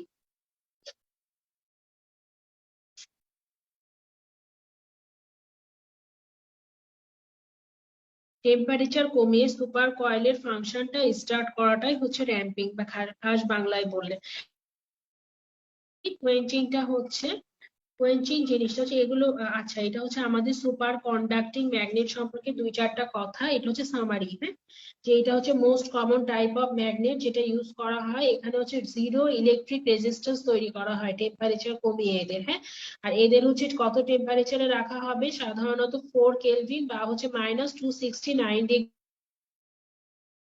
করতে হবে বা অ্যাটলিস্ট 10 কেলভিন। হ্যাঁ, আর হচ্ছে এটা কি দিয়ে করা হয়? এটা ক্রায়োজেন দিয়ে করা হয়। এখন আমাদের হচ্ছে কোয়েঞ্চিং জিনিসটা কি? কোয়েঞ্চিংটা হচ্ছে discharge or loss of magnetic field, মানে ম্যাগনেটিক ফিল্ডটাকে কিভাবে নষ্ট করব সুপার কন্ডাক্টিং সিস্টেমে। কারণ আমরা তো বললাম যে টেম্পারেচারটা যদি মেনটেন করা যায়, এটার ভেতরে একবার ইলেকট্রিসিটি পাস করে দিলে এটার ম্যাগনেটিজমটা অল টাইম থাকবে। হ্যাঁ, সাধারণত এইটা কখন করা হয়? এইটা সাধারণত করা হয় অনেক সময় কোনো পেশেন্টের লাইফ বাঁচানোর জন্য। পেশেন্ট যদি কখনো মেশিনের ভেতরে আটকা পড়ে যায়, তখন ওই ম্যাগনেটিজমটাকে নষ্ট করার জন্য আমরা হচ্ছে কোয়েঞ্চিংটা করতে পারি। কোয়েঞ্চিং করার কিছু ওয়ে আছে, হ্যাঁ, যেমন হচ্ছে যে ক্রায়োজেনটা যেটা মানে যেটা দিয়ে টেম্পারেচারটা মেনটেন করা হচ্ছিল সেটাকে রিলিজ করে দিব, আর সুপার কন্ডাক্টিং ম্যাটেরিয়াল গুলোকে ওয়ার্ম আপ করে দিতে পারি, আর ইলেকট্রিক রেজিস্ট্যান্সটাকেও বাড়ায় দেওয়ার মাধ্যমে আমরা কোয়েঞ্চিং করতে পারি। এটা আমরা একটু বইয়ে লিখে রাখবো যে কি কি মেথডে করা যেতে পারে, তবে অত ইম্পর্টেন্ট কিছু না। এখন আমাদের যেটা যে হিলিয়ামটা অনেক সময় রুমের ভেতরে রিলিজ হয়ে মানে অক্সিজেনটাকে কমপ্লিটলি রিপ্লেস করে পেশেন্টের অ্যাসফিক্সিয়া হতে পারে। এখন আমাদের হচ্ছে ম্যাগনেটিক ফিল্ড হোমোজেনিসিটি। ম্যাগনেটিক ফিল্ড হোমোজেনিসিটি একটা 3 স্টার টপিক। ম্যাগনেটিক ফিল্ডের যেটা ইনহোমোজেনিসিটিটাকে চেঞ্জ করে হোমোজেনাস করার প্রসেসটার নাম কি? শিমিং। শিমিংটা কাকে বলে? Making magnetic field homogeneous. এটা 2 টাইপস এর, অ্যাক্টিভ আর প্যাসিভ। এখন প্যাসিভটা কাকে দিয়ে করা হয়? জাস্ট মার্ক করা লাইনগুলো পড়বো। প্যাসিভ শিমিংটা করা হয় মেটাল পিস দিয়ে। হ্যাঁ, আর যেটা অ্যাক্টিভ শিমিং সেটা হচ্ছে গ্রেডিয়েন্ট কয়েল দিয়ে করা হয়। এই টপিকটা হচ্ছে 3 স্টার, 3 স্টার টপিক। হ্যাঁ, হোমোজেনিসিটির ইউনিটটা কি? Parts per million. এরপরে আমাদের শিল্ডিং। শিল্ডিং জিনিসটা কি? যে আমাদের হচ্ছে ম্যাগনেটিক ফিল্ডের আউটসাইডেও ম্যাগনেটিক ফিল্ডটা ছড়ানো থাকে, এই জিনিস এই এরিয়াটাকে বলা হয় ফ্রিঞ্জ ফিল্ড। হ্যাঁ, এখন হচ্ছে এইটাকে প্রিভেন্ট করার জন্য আমরা হচ্ছে শিল্ডিং করব। এখন প্যাসিভ শিল্ডিংটা কিভাবে করা হয়? যে মানে যে রুমে এমআরআই করা হচ্ছে ওই রুমের ওয়াল গুলোকে স্টিল বা কপার দিয়ে ঢেকে দিয়ে, এই জিনিসটাকে বলা হচ্ছে ফ্যারাডে কেস। হ্যাঁ, এই কেসটার নাম কি? Faraday case. আর হচ্ছে আর আমাদের আরেকটা যেটা অ্যাক্টিভ শিল্ডিং করা যেতে পারে যদি আমরা মানে এমআরআই মেশিনের ভেতরেই ম্যাগনেটের সাথে সোলেনয়েড দিয়ে দিই, কিন্তু এটা অনেক এক্সপেন্সিভ, এই জন্য সাধারণত অ্যাক্টিভ শিল্ডিংটা করা হয় না। এখন আমাদের এমআরআই মেশিন সম্পর্কে আমরা দুই একটা জিনিস জানবো। এই যে এমআরআই মেশিনের কয়েল গুলো আমরা দেখতে পাচ্ছি, প্রথমে ম্যাগনেট থাকছে, ম্যাগনেটের নিচে থাকছে আমাদের গ্রেডিয়েন্ট কয়েল, আর একদম ভেতরে থাকছে রেডিও ফ্রিকোয়েন্সি কয়েল, পেশেন্টের বডির সাথে অলমোস্ট অ্যাটাচড। হ্যাঁ, এটা আমাদের আগেই পড়া হয়ে গিয়েছে, পৃথিবীর কত টেসলা কত গজ এগুলো। এখন আমাদের হচ্ছে কয়েল গুলো কি কি টাইপের কয়েল আছে? একটা বলছে শিম কয়েল বা শিমিং প্রসেসটা তো আমরা পড়লাম যে ম্যাগনেটের হোমোজেনিসিটিটাকে মেনটেন করার জন্য, মোটমাট হোমোজেনিসিটিটাকে মেনটেন করার জন্য অনেক সময় মানে আমাদের হচ্ছে মেশিনের ভেতরে কিছু কয়েল থাকে, সেটাকে শিম কয়েল বলা হয়, এতটুকু জানলেই হবে। আর গ্রেডিয়েন্ট কয়েলটা হচ্ছে আমরা মনে আছে আমরা শুরুতে প্রথম চ্যাপ্টারে 3টা এক্সিস বরাবর 3টা গ্রেডিয়েন্ট পড়েছিলাম, এক্স ওয়াই জেড এক্সিস বরাবর। হ্যাঁ, এই জিনিসটাই হচ্ছে আমাদের মানে যে কয়েল দিয়ে করা হয় সেটা হচ্ছে আমাদের গ্রেডিয়েন্ট কয়েল। হ্যাঁ, এখন এই কয়েলটা হচ্ছে র্যাপিডলি সুইচ অফ হবে 1 মিলি সেকেন্ড অর লেসে। এখন আমাদের যেটা গ্রেডিয়েন্ট, হ্যাঁ, গ্রেডিয়েন্টের ভেতরে একটা লাইন ইম্পর্টেন্ট, সেটা হচ্ছে যে in typical spin echo imaging slice selection, মানে যেটা আমাদের জেড এক্সিস বরাবর হচ্ছিল সেটা 3 মিলি সেকেন্ডে হবে, ফেজ ইনকোডিংটা 4 মিলি সেকেন্ডে হবে, আর যেটা আমাদের ফ্রিকোয়েন্সি সেটা 8 মিলি সেকেন্ডে হবে। এটা বই থেকে আমরা এই লাইনটা দাগায় নিব। এরপরে আমাদের রেডিও ফ্রিকোয়েন্সি কয়েল, এই কয়েলটা ইম্পর্টেন্ট। রেডিও ফ্রিকোয়েন্সি কয়েলটা আমাদের হচ্ছে এইটা সাধারণত যে সিগন্যাল গুলো পাঠানো হয় সেটা বডি থেকে রিসিভ করা আবার বডিতে পাঠানো, দুইটার কাজে এটা ইউজ করা হয়। রেডিও ফ্রিকোয়েন্সি কয়েলটাকে কয়েক ভাগে ভাগ করা যায়। একটা হচ্ছে স্ট্যান্ডার্ড বডি কয়েল, এরা কি করে, এরা হচ্ছে ট্রান্সমিটও করে রিসিভও করে। এখান থেকে রেডিও ফ্রিকোয়েন্সি কয়েল থেকে ইম্পর্টেন্ট হচ্ছে টাইপসটা কি আর কোন কয়েলটা রেডিও ফ্রিকোয়েন্সি কয়েলের কোন কয়েলটা কি কাজ করে। এটা হচ্ছে স্ট্যান্ডার্ড বডি কয়েলটা ট্রান্সমিট করে রিসিভ করে, হেড কয়েলটাও একই কাজ করে। আর আমাদের সারফেস কয়েল বা লোকাল কয়েল, সারফেস কয়েল মানে আমরা বুঝবো যে লোকাল কয়েল, যেহেতু ছোট জিনিস সেটা শুধুমাত্র রিসিভ করে, হ্যাঁ। আর ফেজ অ্যারে কয়েলটা হচ্ছে মাল্টিপল কয়েল গুলোর একই সাথে একটা কম্বাইন্ড সিস্টেমটাই হচ্ছে ফেজ অ্যারে কয়েল। ওকে, এখন আমরা হচ্ছে বইটা দাগায় দিব। আমরা মোটামুটি 4টা চ্যাপ্টার শেষ করলাম, কিন্তু আমাদের হচ্ছে আরেকটা মানে আমরা 7 চ্যাপ্টার পর্যন্ত আজকে দাগায় দিব। ওকে, এখন আমরা হচ্ছে এমআরআই মেড ইজি বইটা বের করব করে প্রথম পেজ থেকে। প্রথম পেজের ছবিটা আমি তুলেছিলাম বাট এই স্লাইডে আসে নাই, যাই হোক মানে মাঝখানে চলে গিয়েছে। প্রথম পেজ থেকে আমরা যেটা দাগাবো যে 1 number page, MRI made easy বইয়ের 1 নাম্বার পেজ থেকে বেসিক প্রিন্সিপালের 4 বেসিক স্টেপস এর প্রথম 4টা পয়েন্ট দাগাবো। দেন আমাদের হচ্ছে সেকেন্ড প্যারা, দেন আমাদের যে কোশ্চেনটা আছে how to proton help in MR imaging, এটার প্রথম প্যারা লাস্ট লাইনটা দাগাবো। So every spinning proton has a small magnetic field around it called magnetic dipole movement. প্রথম পেজটা হচ্ছে আমাদের 1 স্টার টপিক, হ্যাঁ। এরপরে আমরা চলে যাব হচ্ছে এরপরে আমরা চলে যাব সেকেন্ড পেজে। সেকেন্ড পেজ থেকে এখানে সবগুলোই আছে। এই পেজ থেকে যে লাইনগুলো মার্ক করা আছে এখানে আমি স্পিন কাকে বলে, প্রিসেশন কাকে বলে সেগুলো মার্ক করেছি। আর যেটা আমাদের হচ্ছে ল্যামরোর ইকুয়েশন সেটা 3 স্টার দেওয়া, এটা কাইন্ডলি 3 স্টার দিয়ে পড়বেন। এই চ্যাপ্টার থেকে যদি দুইটা জিনিস পড়তে হয় তাহলে অবশ্যই তার মধ্যে একটা ল্যামরোর ইকুয়েশন, হ্যাঁ, এটা 3 স্টার দেন। লংগিটিউডিনাল ম্যাগনেটাইজেশন থেকে আমি যে লাইনগুলো কমলা কালি দিয়ে মার্ক করেছি মানে ম্যাজেন্টা কালি দিয়ে, জাস্ট সেই লাইনগুলো পড়বেন। আর ভেতরে একবার রিডিং দিবেন, পুরো কনসেপ্টটা ক্লিয়ার করে রাখবেন। এটা 1 স্টার, জাস্ট জানার জন্য বোঝার জন্য, হ্যাঁ। এইটার থিম দিয়ে কিন্তু পুরো এমআরআই টা এটার উপর ডিপেন্ডেন্ট। এরপর ট্রান্সভার্স ম্যাগনেটাইজেশন থেকেও যে লাইনগুলো মার্ক করা আছে জন্য। এরপর 4 নাম্বার পেজে চলে যাবেন, যে হচ্ছে যে লাইনগুলো মার্ক করা আছে সেগুলো শুধুমাত্র এখান থেকে আরেকটা পয়েন্ট ইম্পর্টেন্ট। এবার এমআরআই সিগন্যাল পয়েন্টগুলো হচ্ছে 3 স্টার, যেখান থেকে আমি ব্র্যাকেট দিয়েছি সেখান থেকে। এখানে যে ফোরিয়ার ট্রান্সফরমেশন, ফোরিয়ার ট্রান্সফরমেশনটা হচ্ছে আমাদের ইম্পর্টেন্ট। এরপরে আমাদের হচ্ছে লোকালাইজেশন অফ দি সিগন্যাল থেকে 3টা গ্রেডিয়েন্ট, গ্রেডিয়েন্টটা দিয়ে কি কাজ সেগুলো যেগুলো লাইন মার্ক করা আছে সেগুলো পড়বেন। আর হচ্ছে আমাদের 7 নাম্বার পেজের এই 3টা পয়েন্ট যে এক্স ওয়াই আর জেড কোন এক্সিসটা কি এক্সপ্রেস করে, এই পয়েন্টগুলো হচ্ছে আমাদের 3 স্টার। যদি প্রথম চ্যাপ্টার থেকে দুইটা জিনিস পড়তে হয় তাহলে কি কি পড়বেন, একটা পড়বো আমরা হচ্ছে এই পয়েন্টগুলো, আর একটা হচ্ছে ল্যামরর ইকুয়েশন। এই হলো আমাদের প্রথম চ্যাপ্টার। সেকেন্ড চ্যাপ্টার থেকেও আমাদের এই পেজটা পুরাটা হচ্ছে 2 স্টার, যে লাইনগুলো মার্ক করা আছে জাস্ট ওগুলো পড়বেন। দেন আমাদের হচ্ছে সেকেন্ড পেজ থেকে ট্রান্সভার্স রিল্যাক্সেশন, এগুলো সবই 2 স্টার, যেগুলো মার্ক করা আছে ম্যাজেন্টা কালি দিয়ে জাস্ট এগুলো পড়বেন। আর সবচেয়ে ইম্পর্টেন্ট হচ্ছে এগুলো আমি ডিটেলস স্লাইডে বলে দিয়েছি।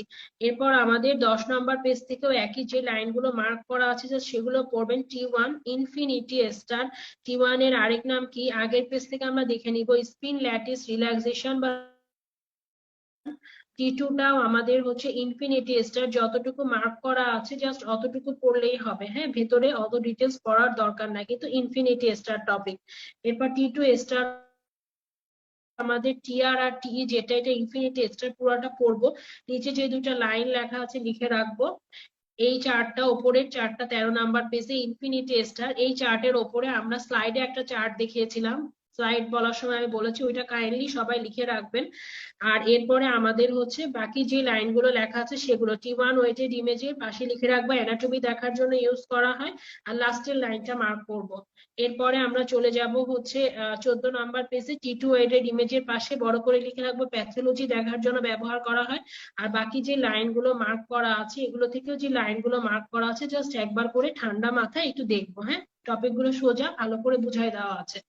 এরপর আমরা চলে যাব 3 নাম্বার পেজে, কে স্পেস এমআরআই পরীক্ষার আগের দিন যদি কিছু নাও পড়ে আমরা সেকেন্ড চ্যাপ্টারটা থেকে দেখে যাব T one T two weighted image, আর হচ্ছে আমাদের টিআরটিই কার ক্ষেত্রে কি হয়, প্রোটন ডেন্সিটি ইমেজের ক্ষেত্রে কি। সেকেন্ড চ্যাপ্টারের এই কয়টা জিনিস ইনফিনিটি স্টার। হ্যাঁ, আমরা এতক্ষণ ধরে যা পড়লাম আজকের এমআরআই টপিক গুলোর ভেতরে ইনফিনিটি স্টার শুধুমাত্র সেকেন্ড চ্যাপ্টারটা, সবাই কাইন্ডলি পড়ে যাবেন, কেউ যেন ভুল না করেন। এরপরে 3 নাম্বার চ্যাপ্টার থেকে আমাদের হচ্ছে কে স্পেসের যে লাইনগুলো মার্ক করা হবে আমি দাগিয়ে দিয়েছি।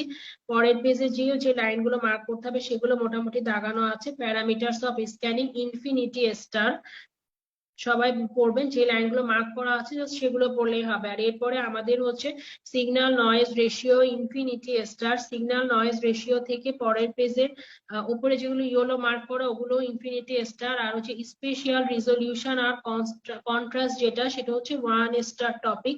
রিডিং দিবেন, কঠিন মনে হলে পড়ার দরকার না। ইমেজ টাইমটা 2 স্টার। আর নিচে যে চার্টটা আছে এই পেজের এই চার্টটা ইনফিনিটি স্টার। যদি কোনোটা নাও পারেন অ্যাটলিস্ট প্যারামিটারস গুলোর সাথে আমাদের যেটা এসএনআর এর রিলেশন এইটা পড়বেন। এরপর 4 নাম্বার চ্যাপ্টারে চলে যান, যেই লাইনগুলো ইয়েলো মার্ক করা আছে জাস্ট সেগুলো পড়বেন। আর স্লাইড গুলো একটু কাইন্ডলি দেখবেন। হ্যাঁ, আমার স্লাইডে যে এক্সট্রা কথাগুলো আছে বা অন্য জায়গা থেকে নিয়ে ছবি তোলা আছে ওগুলো একটু বইয়ের সাইড দিয়ে লিখে রাখবেন। এখন আমাদের ম্যাগনেটিক ফিল্ড থেকে যেগুলো সেগুলো 3 স্টার। আর এখান থেকে এরপর আমাদের ম্যাগনেট গুলো পার্মানেন্ট ম্যাগনেট কি ইলেকট্রোম্যাগনেট কি এগুলো 1 স্টার। জাস্ট কোনটার মান কত সেইটা দেখে রাখবো, যে কটা লাইন মার্ক করা আছে ওগুলো দাগায় বইয়ে পড়বো, সবকিছু পড়ার দরকার নাই।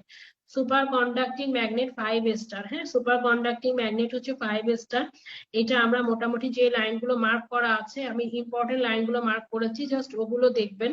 তারপর স্টার্টিং অফ ম্যাগনেটের ভেতরে র্যাম্পিং, তারপর কোয়েঞ্চিং জিনিসটা কি এগুলোর ভেতরে যে লাইনগুলো মার্ক করা আছে জাস্ট সেগুলো দেখবেন। ফিল্ড হোমোজেনিসিটি থেকেও যেগুলো মার্ক করা আছে শিমিং এই জিনিসটা দেখবেন। তারপর শিল্ডিং থেকেও অ্যাক্টিভ শিল্ডিং কি দিয়ে করি দেখবেন।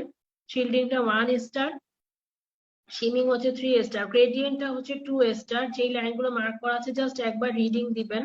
এরপর আমাদের রেডিও ফ্রিকোয়েন্সি কয়েল টাইপসটা, আর কোন কয়েলটা কি করে, কোনটা রিসিভ করে কোনটা শুধুমাত্র রিসিভ করে কোনটা ট্রান্সমিট করে এইভাবে একটু পড়ে রাখবেন। হ্যাঁ, এইগুলো হচ্ছে আমাদের 3 স্টার টপিক রেডিও ফ্রিকোয়েন্সি পালসটা। এই আমাদের মোটামুটি 4 নাম্বার চ্যাপ্টার শেষ। এটা হচ্ছে প্রথম চ্যাপ্টারের ফার্স্ট পেজের ছবি, ওইটা আরেকবার একটু মিলাই নেবেন বইয়ে। আর এবার আমরা চলে যাব 5 নাম্বার চ্যাপ্টার। এই চ্যাপ্টার গুলো থেকে টোটালি মুখস্থ আমি জাস্ট দাগায় দিব, আপনারা কাইন্ডলি বইয়ে দাগায় নিজে কি কি টাইপের সিকোয়েন্স। 5 নাম্বার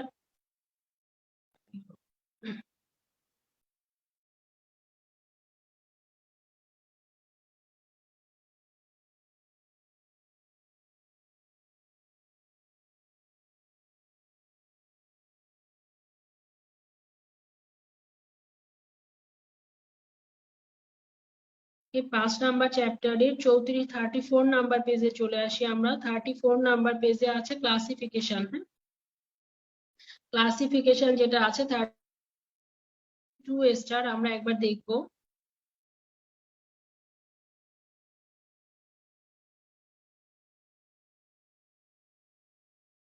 এই যে আমরা হচ্ছে ক্লাসিফিকেশনটা 2 স্টার আমরা একবার দেখবো। দেন আমাদের হচ্ছে স্পিন ইকো সিকোয়েন্স থেকে নামগুলো জাস্ট কি কি টাইপের সিকোয়েন্স আছে অনলি নেম গুলো পড়বো। ভেতরে যে একটা লাইন দাগানো আছে পড়ার দরকার নাই, জাস্ট আপনার নেম গুলোই পড়েন। কি কি টাইপস গুলো আছে এগুলো নামগুলো দেখবো। এরপর ইম্পর্টেন্ট রেডিয়েন্ট ইকো সিকোয়েন্সটা 2 স্টার দিব। দিয়ে এটার ভেতরে যে লাইনগুলো মার্ক করা আছে রেড মার্ক করা আছে মানে ম্যাজেন্টা কালি দিয়ে, ওই মার্ক করা লাইনগুলো আমরা পড়বো। 3 নাম্বার পয়েন্টের এবি নাম্বার পয়েন্টটা আমরা পড়বো। আর হচ্ছে লাস্টের পয়েন্টটা যে T2 relaxation in GRE is called T2 star. আমরা এটা T2 স্টারে আলোচনা করেছি, জিআরই তে পাওয়া যায়। আর ইকুয়েশনটা আমরা দেখবো। আর টাইপ অফ জিআরই সিকোয়েন্স গুলো থেকে আমরা জাস্ট নেম গুলো একবার দেখবো। বেশি কঠিন মনে হলে নেম গুলো দেখার দরকার নাই, কিন্তু জিআরই সিকোয়েন্সটা কিন্তু জিআরই সিকোয়েন্স যেটা বা গ্রেডিয়েন্ট ইকো সিকোয়েন্স যেটা, এটা কিন্তু এই টপিকটা কিন্তু আমাদের 2 স্টার। হ্যাঁ, একটু দেখতে হবে যে লাইনগুলো মার্ক করা আছে ম্যাজেন্টা কালি দিয়ে, সে খুবই সোজা। এরপরে আমরা চলে যাব 40 নাম্বার পেজে, যে লাইনটা ভেতরে মার্ক করা আছে ওইটা একবার দেখবো। তারপর ইনভার্সন রিকভারি সিকোয়েন্স 5 স্টার, যে লাইনগুলো মার্ক করা আছে দেখবো। এটা আমরা আগেও বলেছি, টাইম অফ ইনভার্সন আর ইনভার্সন রিকভারি সিকোয়েন্স কিন্তু একই, মার্ক করা লাইনগুলো জাস্ট দেখবো। এরপর পরের পেজে আমরা চলে যাব, এই পেজে কিছু করার দরকার নেই। আমাদের 42 নাম্বার পেজে এই যে type of inversion recovery sequence, দুইটা টাইপ গুলো আমরা একটু ভেতরে রিডিং দিব। আর হচ্ছে এই যে আমাদের ডিফারেন্স স্টেয়ার আর ফ্লেয়ারের ভেতরে, এটা ইনফিনিটি স্টার, বড় করে ইনফিনিটি স্টার দেন মাস্ট মাস্ট মাস্ট, এখান থেকে কোশ্চেন আসতে পারে। হ্যাঁ, আর হচ্ছে আমাদের এরপর নাম্বার পেজেও একটা দাগানো আছে লং TIRI ইমেজ, এই জিনিসটা আমরা হচ্ছে মার্ক করে একবার জাস্ট রিডিং দিব, জিনিসটা কি বোঝার চেষ্টা করব। এরপরে আমরা চলে যাব 46 নাম্বার পেজে, ওখানে আমাদের ইকো প্লানার সিকোয়েন্স মার্ক করা আছে ম্যাজেন্টা কালি দিয়ে, ওইটা ভালোভাবে মার্ক করব, 2 স্টার ভালোভাবে পড়বো। হ্যাঁ, ইকো প্লানার ইমেজ কিসে ইউজ করা হয়। এরপর আমরা চলে যাব চ্যাপ্টার 6 এ, ফ্যাট সাপ্রেশন ইমেজের ভেতরে কি কি 5টা বেসিক টেকনিকের নামগুলো জাস্ট দেখবো, 3 স্টার অনলি নেম গুলো। এরপরে আমরা সেকেন্ড পেজে চলে যাব, দেন আমাদের 49 নাম্বার পেজে যে লাইনটা মার্ক করা আছে স্পেশালের ফুল ফর্ম কি, এই জিনিসটা একটু দেখবো। তারপর বাকি জিনিসগুলোর নামগুলো আমরা আগেই পড়েছি, দরকার নাই। এরপরে ফ্যাট সাপ্রেশন টেকনিক, স্টেয়ার আর আউটফেস ইমেজিং এর ভেতরে ডিফারেন্স 5 স্টার। আমরা মনে রাখবো যেহেতু বইটা বড়, কোশ্চেন গুলো সাধারণত আমাদের এইসব চার্ট গুলো থেকে আসে। হ্যাঁ, এই জন্য চার্ট গুলো সবগুলো ইম্পর্টেন্ট, যে চার্ট গুলো আছে। আগেরটা চ্যাপ্টারে আমরা স্টেয়ার আর ফ্লেয়ার এটা দেখেছিলাম ইনফিনিটি স্টার, এটা আমরা 5 স্টার দিয়ে দাগাবো। হ্যাঁ, এরপরে আমাদের আর কিছু দরকার নাই। এরপর আমরা চলে যাব সরাসরি হচ্ছে আমাদের রেসপিরেটরি কম্পেনসেশন টেকনিক 53 নাম্বার পেজে। জাস্ট ওপরে যতটুকু মার্ক করা আছে অতটুকু একবার রিডিং দিবেন, বা না পড়লেও সমস্যা নাই। এরপর আমাদের ইম্পর্টেন্ট টপিক হচ্ছে 55 নাম্বার পেজে, দেখেন আমি পাশে 3 স্টার দিয়েছি, যেই লাইনগুলো মার্ক করা যে কি কি আছে, 3টা টেকনিক আর অ্যাপ্লিকেশন, মাঝখানের গুলো পড়ার দরকার নেই, নিচে পেজের নিচে অ্যাপ্লিকেশন গুলো থেকে অ্যাটলিস্ট হেডিং গুলো সবাই পড়ে যাবেন। এরপরে আমাদের কি হোল ইমেজিং আছে, জাস্ট একবার রিডিং দিব, বেশি কঠিন লাগলে দরকার নাই 56 নাম্বার পেজে। এরপর আমাদের পরের পেজগুলো থেকে আর কিছু লাগবে না, 7 নাম্বার চ্যাপ্টারের একদম 65 নাম্বার পেজে আসবো। দুইটাই হচ্ছে 5 স্টার, যে শর্ট টাও ইনভার্সন রিকভারি আর হচ্ছে ফ্লেয়ার এই দুটা জিনিস কিন্তু ডিফারেন্স আমরা আগের চ্যাপ্টারে পড়ে এসেছি। হ্যাঁ, এখান থেকে আমরা জাস্ট ভেতরে একবার রিডিং দিব, আর কোথায় কোথায় ইউজ করা হয় 5 স্টার টপিক, খুবই ইম্পর্টেন্ট, মাস্ট মাস্ট মাস্ট পড়বো। আর এরপরে আমরা চলে যাব এই চ্যাপ্টারের একদম হচ্ছে আমাদের 70 নাম্বার পেজে, যে T2 স্টার ওয়েটের সিকোয়েন্স কোথায় পাবো, জিআরই তে পাবো, আর এই সিকোয়েন্সটা কিসের কাজে, একদম লাস্ট লাইন যেটা, মানে মেইন কথা হচ্ছে সিকোয়েন্স গুলোর প্রতিটা সিকোয়েন্স কোনটা কি কাজে ইউজ করা হচ্ছে এতটুকু আমাদের দেখতে হবে। পুরা বই পড়া সম্ভব না, অনেক ভাস্ট, যে লাইনগুলো মার্ক করা আছে সেগুলো এমআরআই মেটিসি তে দাগায় আপনারা প্রত্যেকে পড়ে ফেলবেন। হ্যাঁ, কার্টিলেজ সেনসিটিভ সিকোয়েন্স থেকেও জাস্ট যেই দুটো লাইন মার্ক করা আছে ইউজ আর কোথায় ইউজ করা হয় এতটুকু। আর এরপরে একেবারে লাস্ট 72 নাম্বার পেজে এই যে আমাদের যেটা এমপিজিআর সিকোয়েন্স, এইটা কোথায় ইউজ করা হয় জাস্ট এই লাইনটা একবার জাস্ট দেখবেন। হ্যাঁ, এই হচ্ছে মোটামুটি আমাদের পড়া। যদি সবকিছু অনেক কঠিন মনে হয়, যেই পড়াগুলো আমি ইনফিনিটি স্টার আর 5 স্টার দিয়েছি জাস্ট ওগুলো দেখে রাখবেন। আর এখন যখন প্রথম পড়বেন সবগুলো একবার রিডিং দিলে দেখবেন যে অনেক সোজা, আর পরীক্ষার সময় প্রডিউস করতে পারবেন। এই জন্য এমআরআইটা বাদ দিয়ে যাওয়া হচ্ছে অনেক বড় বোকামি। অ্যাটলিস্ট যেগুলো ইনফিনিটি স্টার 5 স্টার এগুলো মাস্ট মুখস্থ করবেন, আর বাকিগুলো রিডিং দিবেন ভালোভাবে। এই আমাদের মোটামুটি এমআরআইটা শেষ, স্লাইড গুলো আমি গ্রুপে শেয়ার দিয়ে দিব। আচ্ছা, আজকের মতো ধর এখানেই শেষ করছি, সবাইকে ধন্যবাদ, আসসালামু আলাইকুম।